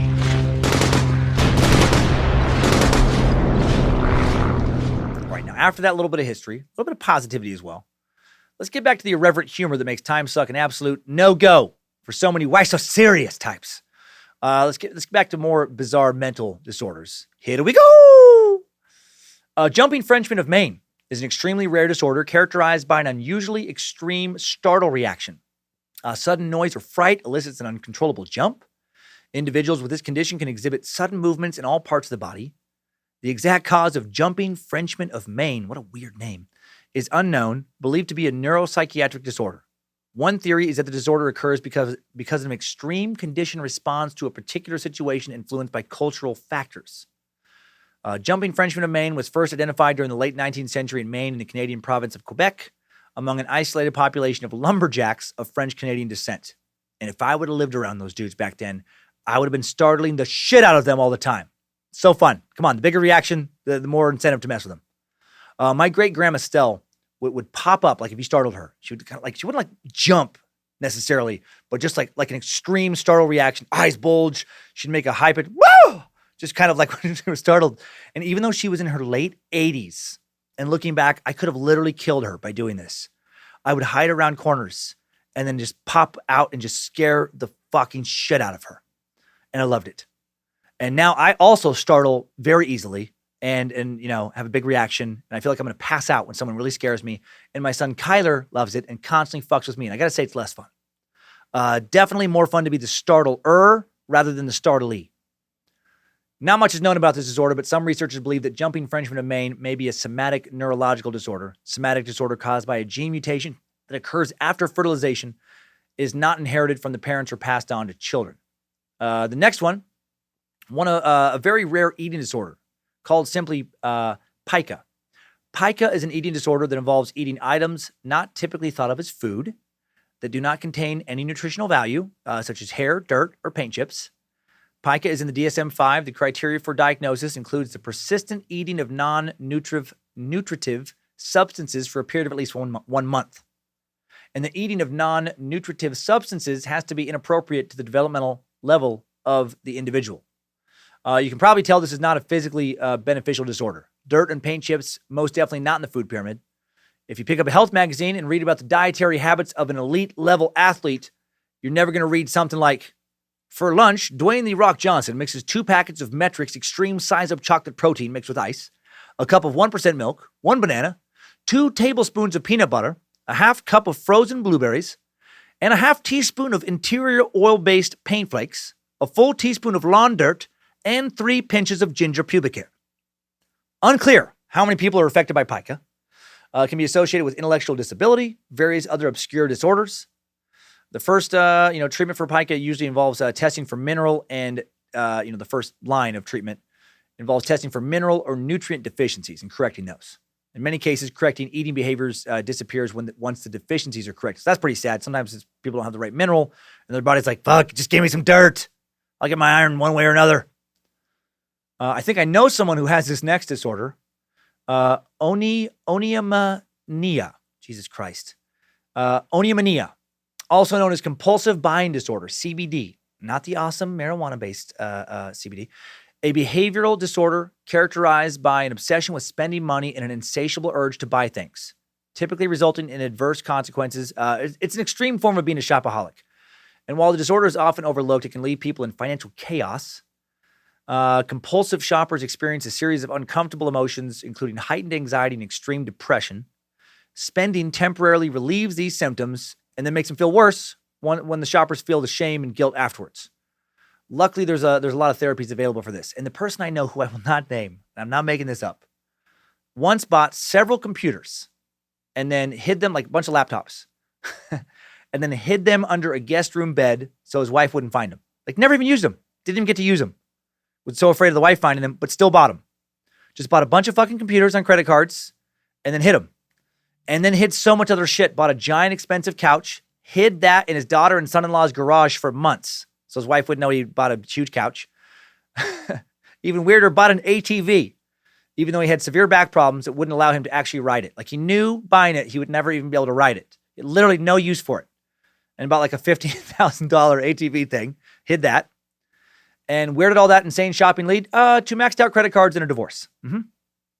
Not sure who this disorder is worse for, the person who has it or the spouse who gets their financial future motherfucked by a rare mental disorder that they may not be able to even understand or believe in. The next disorder can be best explained as self-cannibalism. Autophagia occurs when one is compelled to inflict pain upon oneself by biting and or devouring parts of one's own body. Sometimes seen with schizophrenia, doesn't appear in the DSM-5. Autophagia can be classified under the DSM's impulse control disorders, not elsewhere classified. Impulse control disorders involve failing to resist an impulse, drive, or temptation to perform an act that is harmful to the person or to others. The majority of individuals affected by this disorder will often feel a sense of tension or arousal before committing the act, then experience pleasure, gratification, or relief at the time of the act. Once the act has been completed, they may feel regret, self-reproach, or guilt. I feel like I may have some sort of impulse control disorder. Like, my whole life, I've always really, really wanted to say the most fucked up thing possible in any given situation. And sometimes I do. And it does feel really good to get it out, even when people are horrified. I've actually kind of made a living out of having poor impulse control in some ways. But thank God my impulse isn't to fucking eat myself. God. Maybe old serial killer, king of the deviants, Albert Fish, maybe he had some kind of impulse control disorder. Had a hell of a time controlling his urge to eat steaming hot peanut butter. Showbiz. That's how they do it in Hollywood. 3 more. Next up, Stendhal syndrome. And kind of 4 more, because we're going to do an idiot of the internet that is about one. Stendhal syndrome or Florence syndrome is a psychosomatic condition involving rapid heartbeat, fainting, confusion, even hallucinations, allegedly occurring when individuals become exposed to objects or phenomena they consider just to be really beautiful. Stendhal syndrome, named after one of the earliest recorded cases of this, when the French novelist and critic Stendhal made himself sick on art in Florence, Italy in 1817. It's similar to Paris syndrome, where tourists will visit Paris for the first time and experience anxiety, dizziness, hallucinations, delusions, and more after they realize that Paris is drastically different from the idealized city they thought it would be. It's like an extreme, weird, location-specific disappointment. Another extreme form of culture shock is Jerusalem syndrome, where tourists suffer from obsessive religious thoughts and delusions in the holy city of Jerusalem. The human brain is so strange in some ways, man, so fragile in some ways. Next up, the bizarrely named exploding head syndrome. Exploding head syndrome is where you hear a loud noise, like a really loud noise, right before you fall asleep or wake up, and nobody else hears it. It can sound like fireworks, an actual bomb exploding, like a loud car crash. Some people have described it as like a gunshot, cymbals crashing, a lightning strike. Sometimes you hear just a sound. Other times you may have a flash of light or muscle twitch occur at the same time. It can come on sporadically. You can hear several sounds one night and then none for a long time and then have it come back. Researchers don't know much about it. Some scientists think it could be minor seizures or sudden shifts in parts of the middle ear or stress or anxiety. And experts don't know how to treat it. So don't get it. Just try not to get it. And then the last one I'm going to look at today before the idiots of the internet. Such a sign of the times. This is a real disorder in DSM-5 called internet gaming disorder. A condition that needs more research, before it's clearly defined, but it is in the DSM. Online games, super popular. At least one person plays video games in 2/3 of American households, according to the Entertainment Software Association. Roughly 160 million American adults play internet-based games, one recent study estimates. And these games can be super addictive. And I do believe they really can be addictive, like true addiction. I've only felt like an addict around video games. I've had to give away multiple gaming systems over the course of my life because I didn't have the willpower to stop playing them if they were near me. I never played World of Warcraft because when I was a few years out of college, right before I deleted it off my computer, I was playing the predecessor, Warcraft 3. That's not supposed to be even nearly as addictive. And I got so into it, I stopped eating regular meals, stopped showering on a regular basis. I would pretend to be asleep until my ex-wife was asleep. Then I would sneak out of bed and play all fucking night long and then just be exhausted, but then keep playing the next day. The last day I played, I didn't even get dressed. I just sat naked in front of the computer, didn't shower, didn't brush my teeth, just slaughtered the fuck out of some orcs over and over again. I was just an unstoppable night elf killing machine. In the game, in real life, I was a greasy, sad boy who almost told my ex when she walked in the door after getting home from work and caught me only wearing pants with no underwear and not even having my teeth brushed or hair combed, almost told her I've been jerking off all day because that seemed less shameful than the truth. Firmly believe that games can be addictive. But it is a question still being debated amongst researchers and health professionals. Gaming addiction the DSM-5 notes that gaming must cause significant impairment or distress in several aspects of a person's life. This proposed condition is limited to gaming, does not include problems with general use of the internet, online gambling, or use of social media or smartphones. Man. So in some countries, including South Korea and China, video gaming has already been recognized as a disorder. Treatment programs have been established. Researchers have recently found that 0.3 to 1% of the U.S. general population might qualify for a potential diagnosis of internet gaming disorder. That's over 1 million people. The author suggests that it is an important distinction between passionate engagement, someone enthusiastic and focused on gaming, and pathology, someone with an illness and an addiction. When the person is distressed with his or her gaming, that's when it becomes an illness. Okay, so that concludes our investigation into bizarre mental disorders. I mean, we could go on and on and on. I feel like it can get a little bit repetitive, but I do want to talk about one last condition. It's another one not in the DSM. It has not really been looked at as a mental illness yet. I think it will be someday. Definitely fits with this suck. It's called misophonia, and I for sure have it.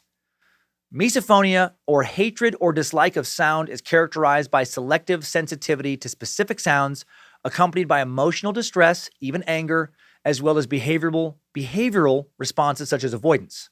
Similar to OCD, misophonia presents itself differently in each individual.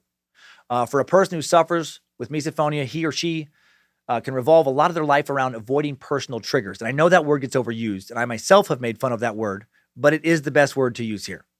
A trigger is a sound or sight that causes a misophonic response. It may be a sound someone makes when chewing, slight pop of the lips when speaking, a little smacking, person whistling. For a person with misophonia, this can trigger an involuntary reaction of irritation. If the trigger continues, if they keep fucking smacking, the emotions quickly turn into extreme anger, rage, hatred, or disgust.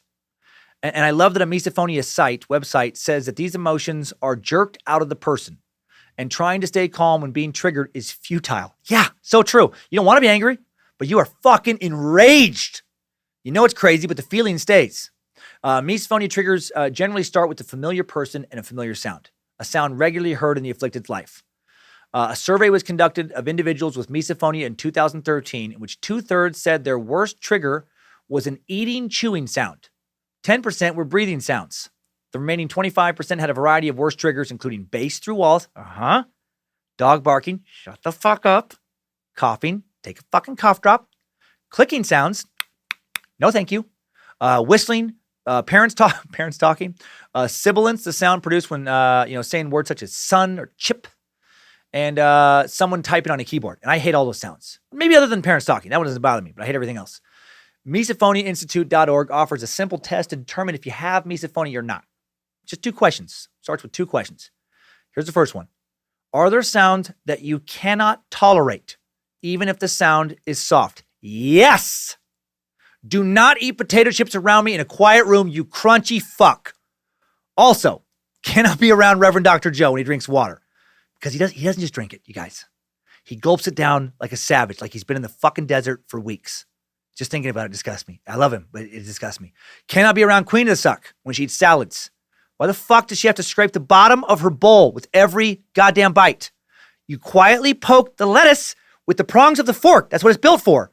And then you can gently chew it in your mouth quietly like a decent person instead of a Polish monster. The next question, number 2, do you instantly have a response to the sound that starts with irritation or disgust and it almost immediately becomes anger? Yeah, see above response to question number 1. Then the site says if you answer yes to both of those questions, you have misophonia. Check. How severe your misophonia is depends on your answers to the next survey. So let's see how bad I have it. Let's see how bad maybe some of you have it. Let's follow along here. Let's play along with this. The site, if you can. The site says the Misophonia Assessment Questionnaire was developed by Dr. Marsha Johnson. Click on the following link, fill it out, add up your points from all your questions. The maximum score is 63. The higher your score, the more severe your misophonia. Okay, so here we go. Misophonia severity, a score of 0 to 11, subclinical, meaning you don't need treatment. And then 12 to 24 is mild, 25 to 37 is moderate, 38 to 50 severe, 51 to 63 extreme. So the rating scale is 0. This doesn't bother you at all. 1, a little bit of the time. 2, a good deal of the time. 3, almost all the time. Okay, now question number 1. Statement number 1. My sound issues currently make me unhappy. 1, little of the time. 1. My sound issues currently create problems for me. 1 or 2, but I'll say 1. 1, okay. My sound issues have recently made me angry. 2, if not 3, but I'll go conservative 2. I feel that no one understands my problems with certain sounds. 1. My sound issues do not seem to have a known cause. No, 0. I know what cause they have. It's fucking loud fucking chewers and breathers, and drinkers. Number 6, my sound issues currently make me feel helpless. 0. I don't feel helpless. Number 7, my sound issues currently interfere with my social life. Yeah, I was 1. Little of the time. I won't go to certain restaurants and things because it's just, it's too quiet. I hear the smacking too much. Number 8, my sound issues currently make me feel isolated. 1. My sound issues have recently created problems for me in groups. 2. I avoid some stuff. My sound issues negatively affect my work life. Joe, 1. Not his fault, by the way. I know this is all me. My sound issues currently make me feel frustrated. 2. It is frustrating to get so angry about this stuff. My sound issues currently impact my life negatively. 1. Yeah, some negativity. My sound issues have recently made me feel guilty. Yes. Just today, I feel guilty talking about Joe. My sound issues are classified as crazy. 2. I feel that no one can help me with my sound issues. 3. My sound issues currently make me feel hopeless. No, I don't feel like anybody can help, but I don't hopeless because it's like, whatever. I don't know, maybe hopeless, I should put it more. I don't know. I feel the sound issues will only get worse with time. Yeah, 2. My sound issues currently impact my family relationships. 2. My sound issues have recently affected my ability to be with other people. 2. My sound issues have not been recognized as legitimate. 2. It's real, Mom.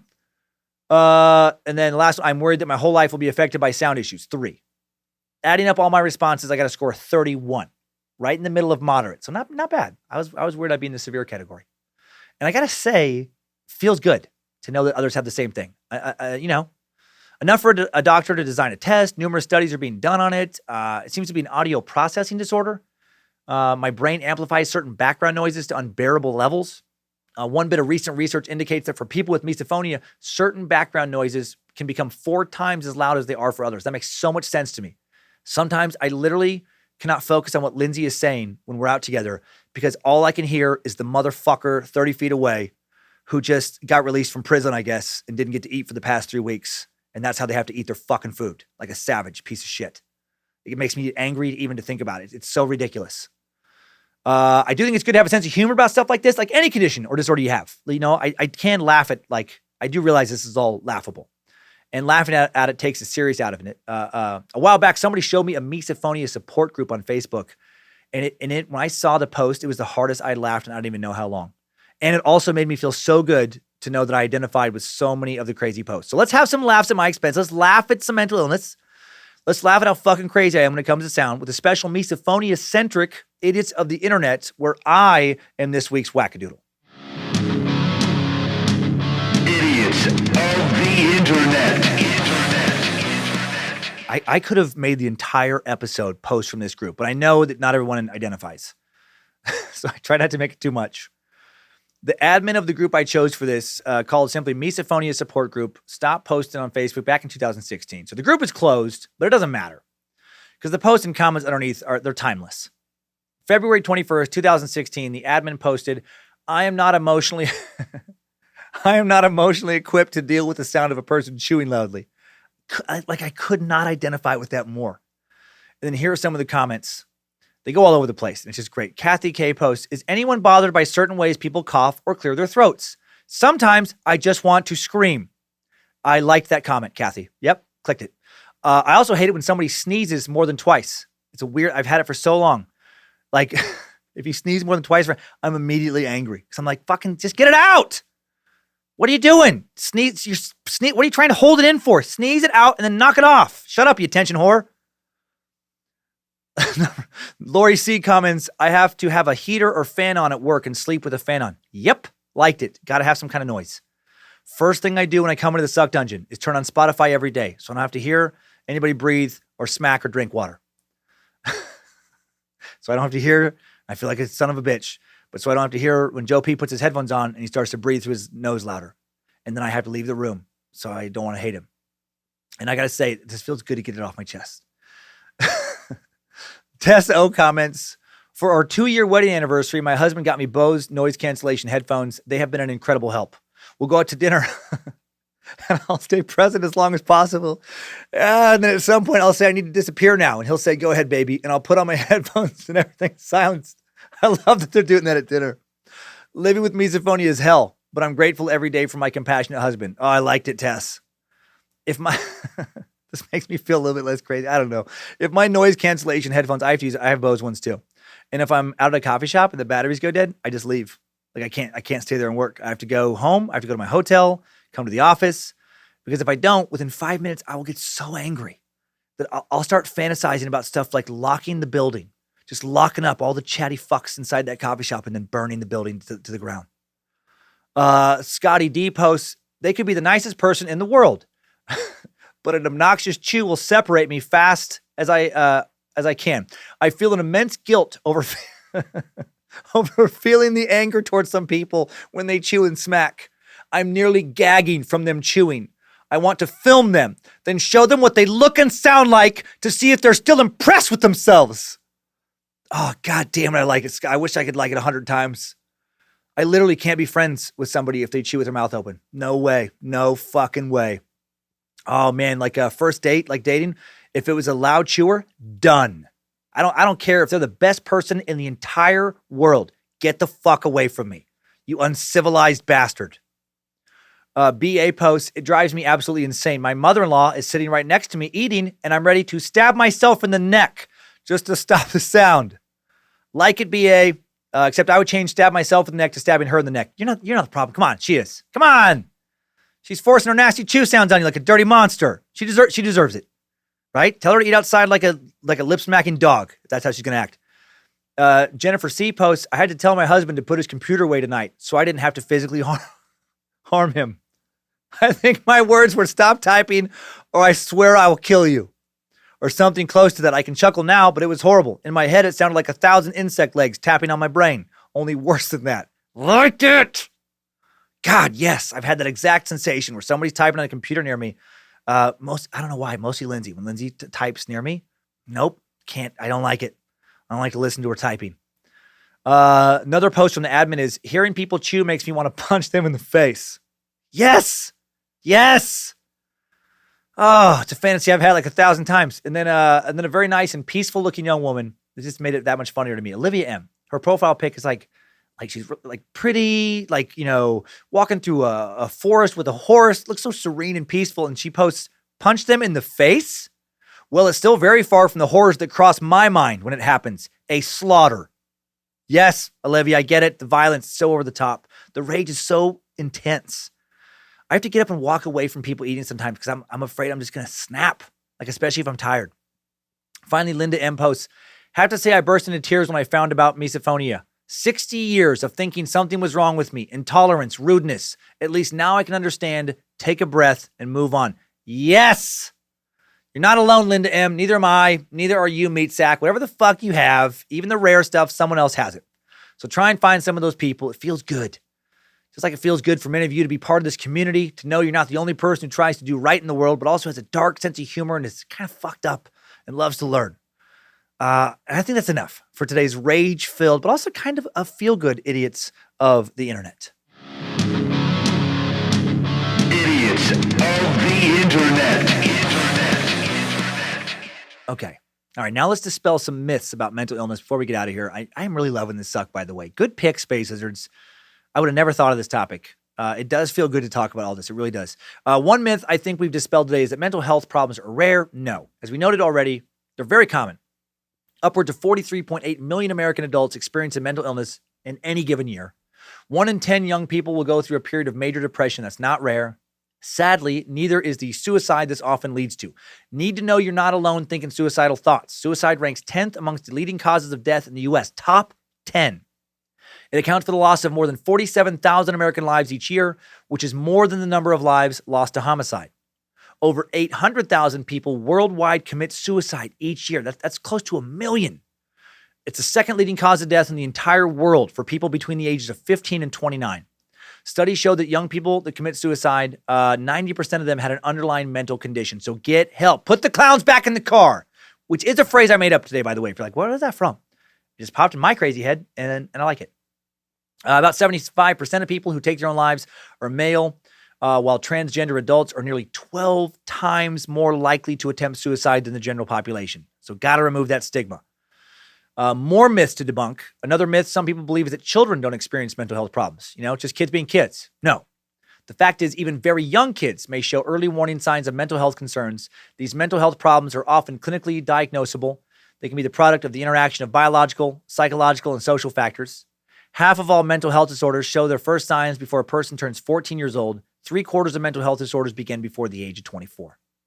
Unfortunately, less than 20% of children and adolescents with diagnosable mental health problems receive the treatment they need. Early mental health support can help a child before problems interfere with other developmental needs. Another pervasive myth is that people diagnosed with mental health illnesses are violent.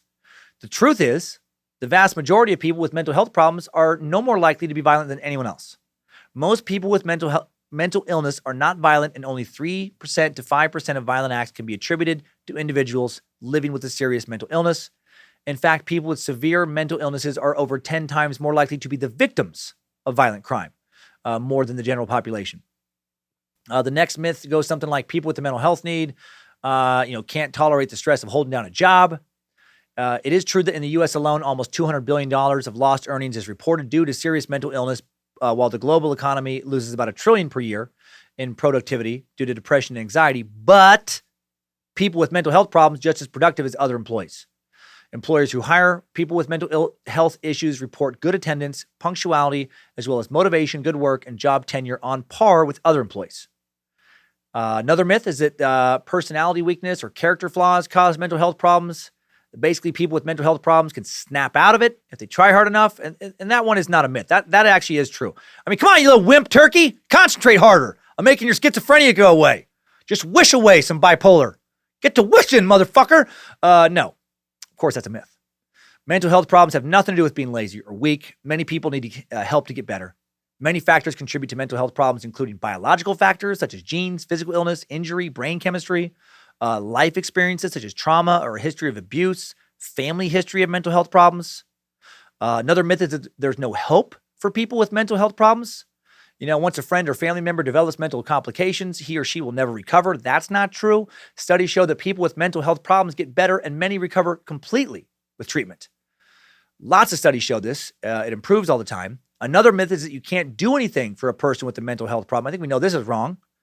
The truth is that friends and loved ones can make a huge difference. Only 44% of adults with diagnosable mental health problems and less than 20% of kids and adolescents receive needed treatment. Friends and family can be an important influence to help someone get the treatment they need.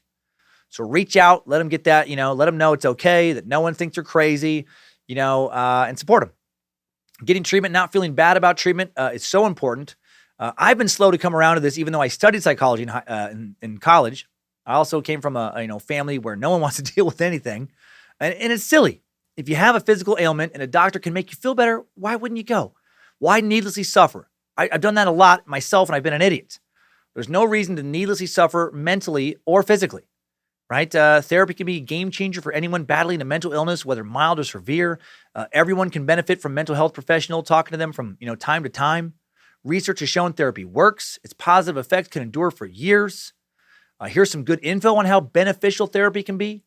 According to a study from Johns Hopkins School of Public Health, even a few sessions with a therapist can lower the risk of suicide among at-risk patients. A 2014 study found that people suffering from major depression are more likely to improve with a combination of therapy and medication as opposed to just medication. As described by 2010 research, the benefits of therapy continue to grow even after treatment is ended. And on the other hand, the lack of treatment for mental health disorders can be one of the most, very harmful. One of the most significant crises of our time, perhaps.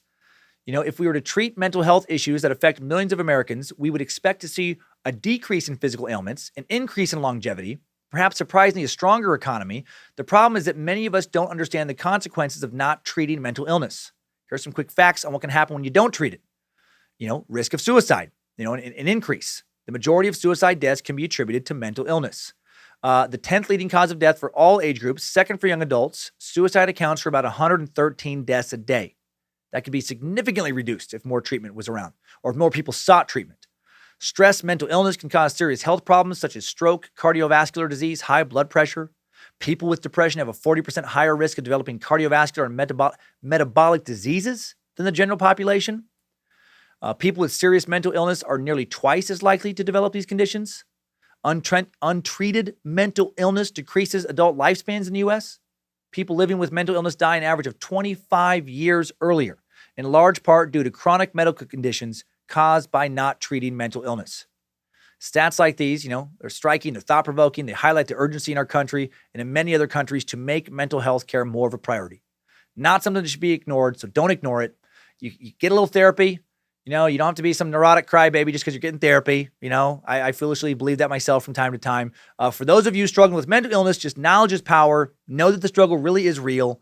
Understand that your challenges are real. Nothing, to be ashamed of. That effective treatments towards wellness are available. They are out there. That's the first step towards making life more manageable, is just getting that help. So get it. So hail Nimrod. I hope you're doing okay with your noodle. Let's hit those top 5 takeaways right now. Timesuck top 5 takeaways. Number 1, lots of people experience, mental illness. You might have a mental disorder. I might, and so might 25% of the globe at any given time. Number 2, mental health, a vast topic. We went over a lot today, but we just barely scratched the surface. Hopefully, we went over enough to make it clear that in every aspect of the mental health world, including suicide prevention, science has progressed our understanding of mental health. And that's a great thing. No more getting locked in the dungeon or taking an appointment with Dr. Ice Pick McBrainstabber. Number 3, try and chew a little more quietly if you could. It's unbearable. Number 4, more effort could be put into the destigmatization of mental illness, and we could seriously save a lot of lives. So much of the reason people don't get help is because of the unwarranted stigma attached to issues of the mind. It's no different than seeing a doctor for a physical ailment. And number 5, new info. Let's look at one more aspect of mental disorders, and that is the incredible genius of savants. I have always been fascinated by savants. Savant syndrome is a rare but extraordinary condition in which persons with serious mental disabilities, including autistic disorder, have some kind of island of genius, which stands in marked incongruous contrast to their overall handicap. As many as 1 in 10 persons with autistic disorder have such remarkable abilities in varying degrees, although savant syndrome occurs in other developmental disabilities or in other types of central nervous system injuries or diseases as well. Whatever the particular savant skill, always linked to massive memory power. Savants have a lot of RAM. This special memory power may aid in rapid calculation, artistic ability, map making, or musical ability. A famous example is Rain Man, right? Even though you've probably never heard of Kim Peek, chances are you've heard of the movie Rain Man. Kim was the inspiration for the character played by Dustin Hoffman in that movie. Kim Peek was born with severe brain damage. His childhood doctor told Kim's father to put him in an institution. Forget about him. Yeah, it was a different time. It was a worse time. Kim's severe developmental disabilities, according to the doctor, would not ever let him walk, let alone learn. Kim's father thankfully disregarded the doctor's advice. Until he died in December of 2009, Kim struggled with ordinary motor skills, did have difficulty walking, was severely disabled, could not button his shirt, tested far below average on a general IQ test. However, what Kim could do was fucking astounding. He read some 12,000 books and remembered everything about them. Kim Pewter, as he was lovingly known to many, could unbelievably read 2 pages at once. His left eye reading the left page. I don't even understand how this is possible. Left eye reading the left page, right eye reading the right page. Took him about 3 seconds just to read through 2 pages, just like a scan. And he would remember everything that he had read on them.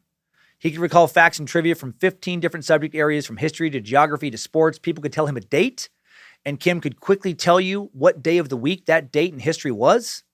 He remembered every song he'd ever heard, even one with lyrics that are pretty ironic since we're talking about great memory. I keep forgetting we're not in love anymore.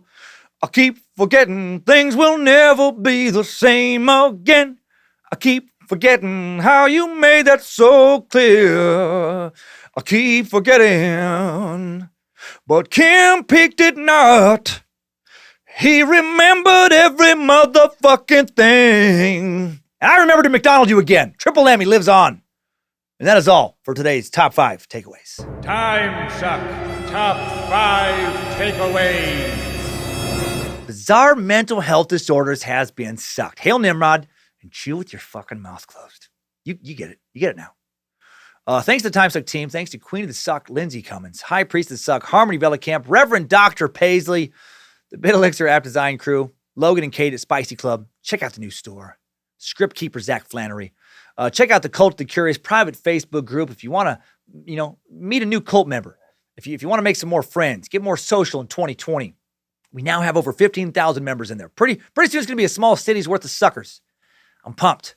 Right now, it's a pretty healthy-sized virtual cult compound, pretty healthy-sized town of a virtual cult compound. You can also bounce over to the Timesuck Discord channel. Almost 5,000 diehard suckers in there. Next week, we're going over declassified military documents. Another off-the-beaten path kind of topic. The Script Keeper's already gotten a jump on it. I'll be starting on it tomorrow. What are we going to be talking about? Honestly, still figuring that out. Maybe we'll talk about how in late 2012, the U.S. Air Force declassified a trove of documents, including records of a secret program to build a flying saucer-type aircraft designed to shoot down Soviet bombers. This ambitious program, called Project 1794, was initiated in the 50s, and a team of engineers tasked with building a disc-shaped vehicle capable of traveling at supersonic speeds. Maybe we'll talk about Operation Northwoods. The tense relationship between the U.S. and Cuba during the Cold War led to the CIA hatching a slew of bizarre schemes aimed at taking down Castro. While the goal of most of these covert operations, such as Operation Mongoose, was to assassinate Castro himself, other plans aimed to incite an all-out war between the U.S. and Cuba. In 1998, the NSA, non-governmental organization that publishes information made available through the Freedom of Information Act, posted declassified documents related to Operation Northwoods. The scheme, dreamed up in 1962 by the Joint Chiefs of Staff, involved committing acts of violence against U.S. and Cuban civilians on U.S. soil, then blaming those acts on the Cuban government. These acts included faking terrorist attacks on U.S. cities, hijacking of planes, sinking of boats, and then all of that would be used to justify a war against Cuba. The Kennedy administration recognized the folly of Operation Northwoods and rejected it, but what if they hadn't? Would we even know about that operation today? Going to be some real fun conspiracy-ish stuff to dig into. And now let's dig into the community with today's Timesucker updates. Updates? Get your Timesucker updates. Kicking things off with a cool new message update and an old suck. The 9/11 suck from September of 17 Awesome vet, meat sack, Timothy Adams wrote, Dan motherfucking Suckmaster Cummins, you delightful son of Nimrod. I've been a huge fan of yours since the first time I ever heard of your stand-up. Pretty sure it was on Pandora Radio, and while I was training for my deployment to Afghanistan back in 2011. Every time I set a tray down in a chow hall, I giggled to myself thinking, here come the spoons, motherfucker. I've been sort of skipping around Timesuck here and there, trying to catch up over the last 5 or 6 months since I first started. I went back to my unplayed episodes today, found one I knew was bound to trigger me extra hard, the 9/11 suck.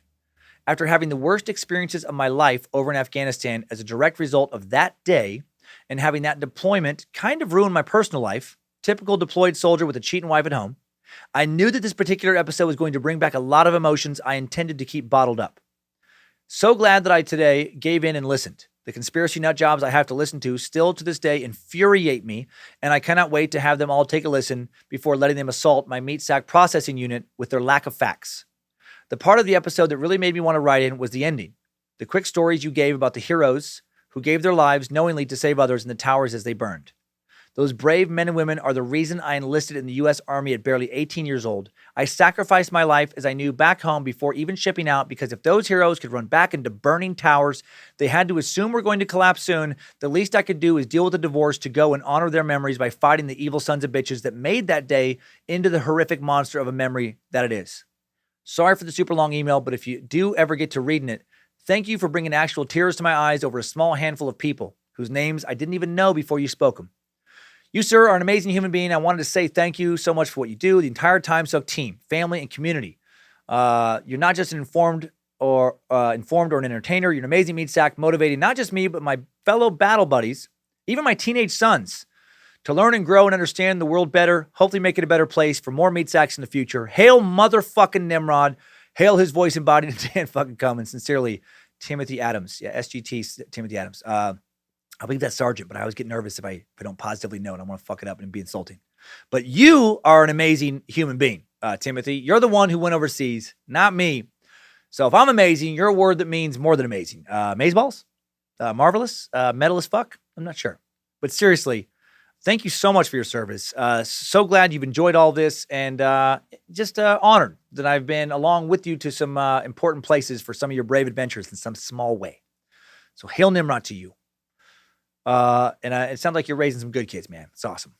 Now an Oklahoma Girl Scout murders update from an Oklahoma sucker named Jason. Jason writes, Danny boy, I just listened to the Oklahoma Girl Scout murders episode, and anytime you come close to mentioning Oklahoma and or Oklahoma law enforcement, I can't keep my mouth shut. You made mention the manhunt for Gene Hart was the largest manhunt in Oklahoma history. I don't know if you meant, at that time or of all time. Yeah, sorry, Jason, that was poor phrasing. I did mean up until that time. I'm not sure if there's been larger manhunts done since. Poor phrasing on my part. And then Jason writes, you most likely don't remember, but I'm also a police officer in Oklahoma City.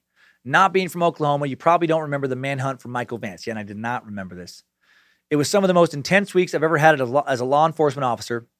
I knew my chances of an encounter with Michael Vance were slim to none, with the area I normally patrol being close to the state capitol and much more of an urban setting.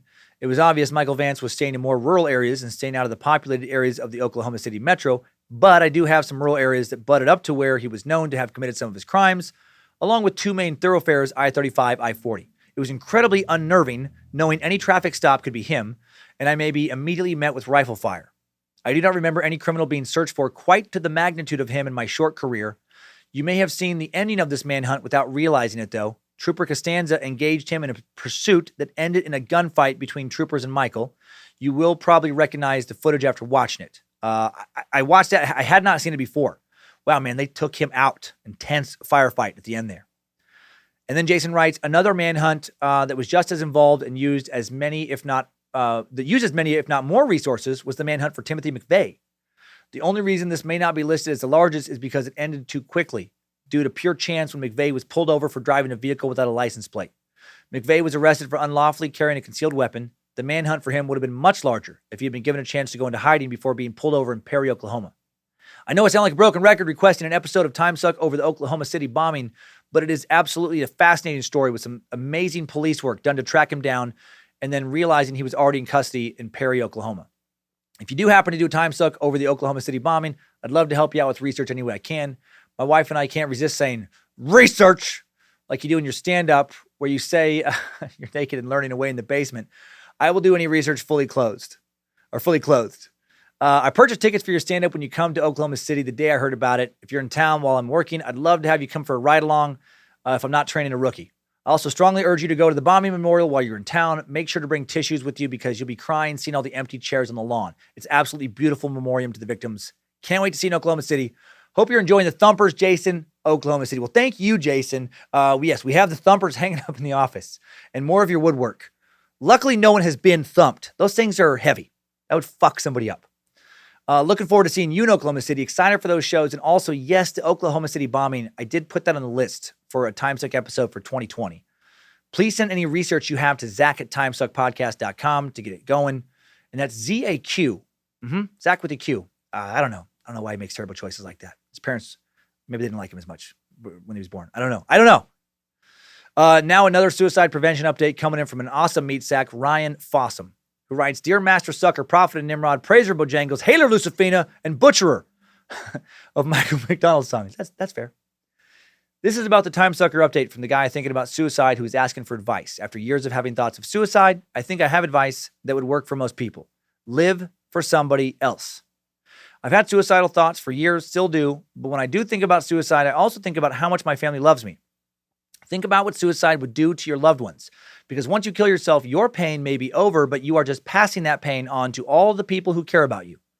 I hope if you read this on the podcast, my advice helps someone, Ryan Fossum. And thanks for putting in rhymes with awesome. Yes, thank you, Ryan. That's great. Thanks for sharing that with us. I mean, who knows who needed to hear that this week? You could have quite literally just saved a life. Now here's a funny little Cummins law update. I love these so much. From Caitlin T. And I love the name Caitlin, by the way. That's a great name. I love that I act in my head like people pick their names. Like you get a choice in the matter. I guess you could change it. Whatever. Anyway, Caitlin writes, Dear Master of Sucking, I recently found out about Timesuck by listening to your comedy in Pandora and have been hooked since, and my fiance found Scared to Death, and we love seeing you and Lindsay every week. Oh, thank you. I've been making my way through episodes, often listen while I'm at the gym. Yesterday, I was listening to the Pancho Villa episode and went to connect my phone to my Bluetooth headphones. I kept pressing play and couldn't hear anything. Finally, I hear the guy next to me say, What the fuck? And I realized I had connected to his headphones while you were contemplating how many human ears could fit into a potato sack.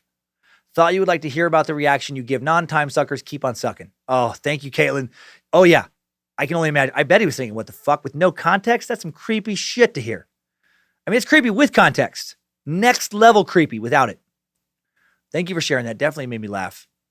And now I want to end on getting a nice new perspective on the death penalty, which obviously I've had strong opinions about. Sent in by Super Sucker Ryan Brewster. Love how you're making me rethink some stuff here, Ryan. Ryan writes, Hello. So, I absolutely agree with you on the emotional desire to end the life of disgusting, violent criminals. However, I wanted to add the logistical reasons I have for being against the death penalty. Firstly, our broken prison system should be limited to only these piles of shit and more focus on rehabilitation for non-violent offenders, drug offenses, etc. With prison reform, the cost of incarcerating those who truly want out of society forever would still be greatly reduced by reducing the amount of inmates that still have hope to be of value to society. But that is a whole other can of worms. The main reason is more strategic. Prison is a hotbed of bragging and informal details of crime spreading through inmates. It is very often that violent offenders will eventually reveal information to another inmate, be willing to give more details of crimes for additional perks, etc. For the sake of closure for victims, I feel that having 3 scumbags incarcerated together for life is not only a worse punishment, but a possible future opportunity for more evidence or details or straight-up confessions because they talk. The chance of an innocent person being convicted is also a concern, but having a direct line of new information on cold cases or unsolved crimes should be considered. Longtime fan of your stand-up and podcast, as well as your outlook on life, morality, logic, critical thinking, so I wanted to chime in with my 2 cents. Apologize for any typos or grammatical errors. I'm composing this on my phone without my glasses, but with some whiskey instead. Long live the suck, Ryan Brewster. Well, you did a good job. You did a good job there on the phone with some whiskey and no glasses. I'll be honest, I did not think for a second about information closing cold cases, that aspect of this. So, okay. All right. Emotionally, still want to kill these worthless fucks, but I see what you're saying. In the name of solving more cases, right, bringing about more closure to families, victims, maybe you're right. maybe life in prison is better. I just hate saying that. I just hate them getting to have moments of joy going forward, but that is probably true. You may be changing my mind. I feel like I have to think about it more. But thanks for making me think. And thank all of you for being a part of this awesome community. Long live the suck. Thanks, time suckers. I needed that. We all did. That's all for today. More content coming this week. A new Scared to Death drops tomorrow night. The Secret Suck here on Thursday. Have a great week. See a therapist. If suddenly you think you're a cow or you decide you need to eat a paint chip sandwich, please don't eat potato chips around me or sneeze more than twice in a row like a fucking just dreg of society. And mostly just, keep on sucking.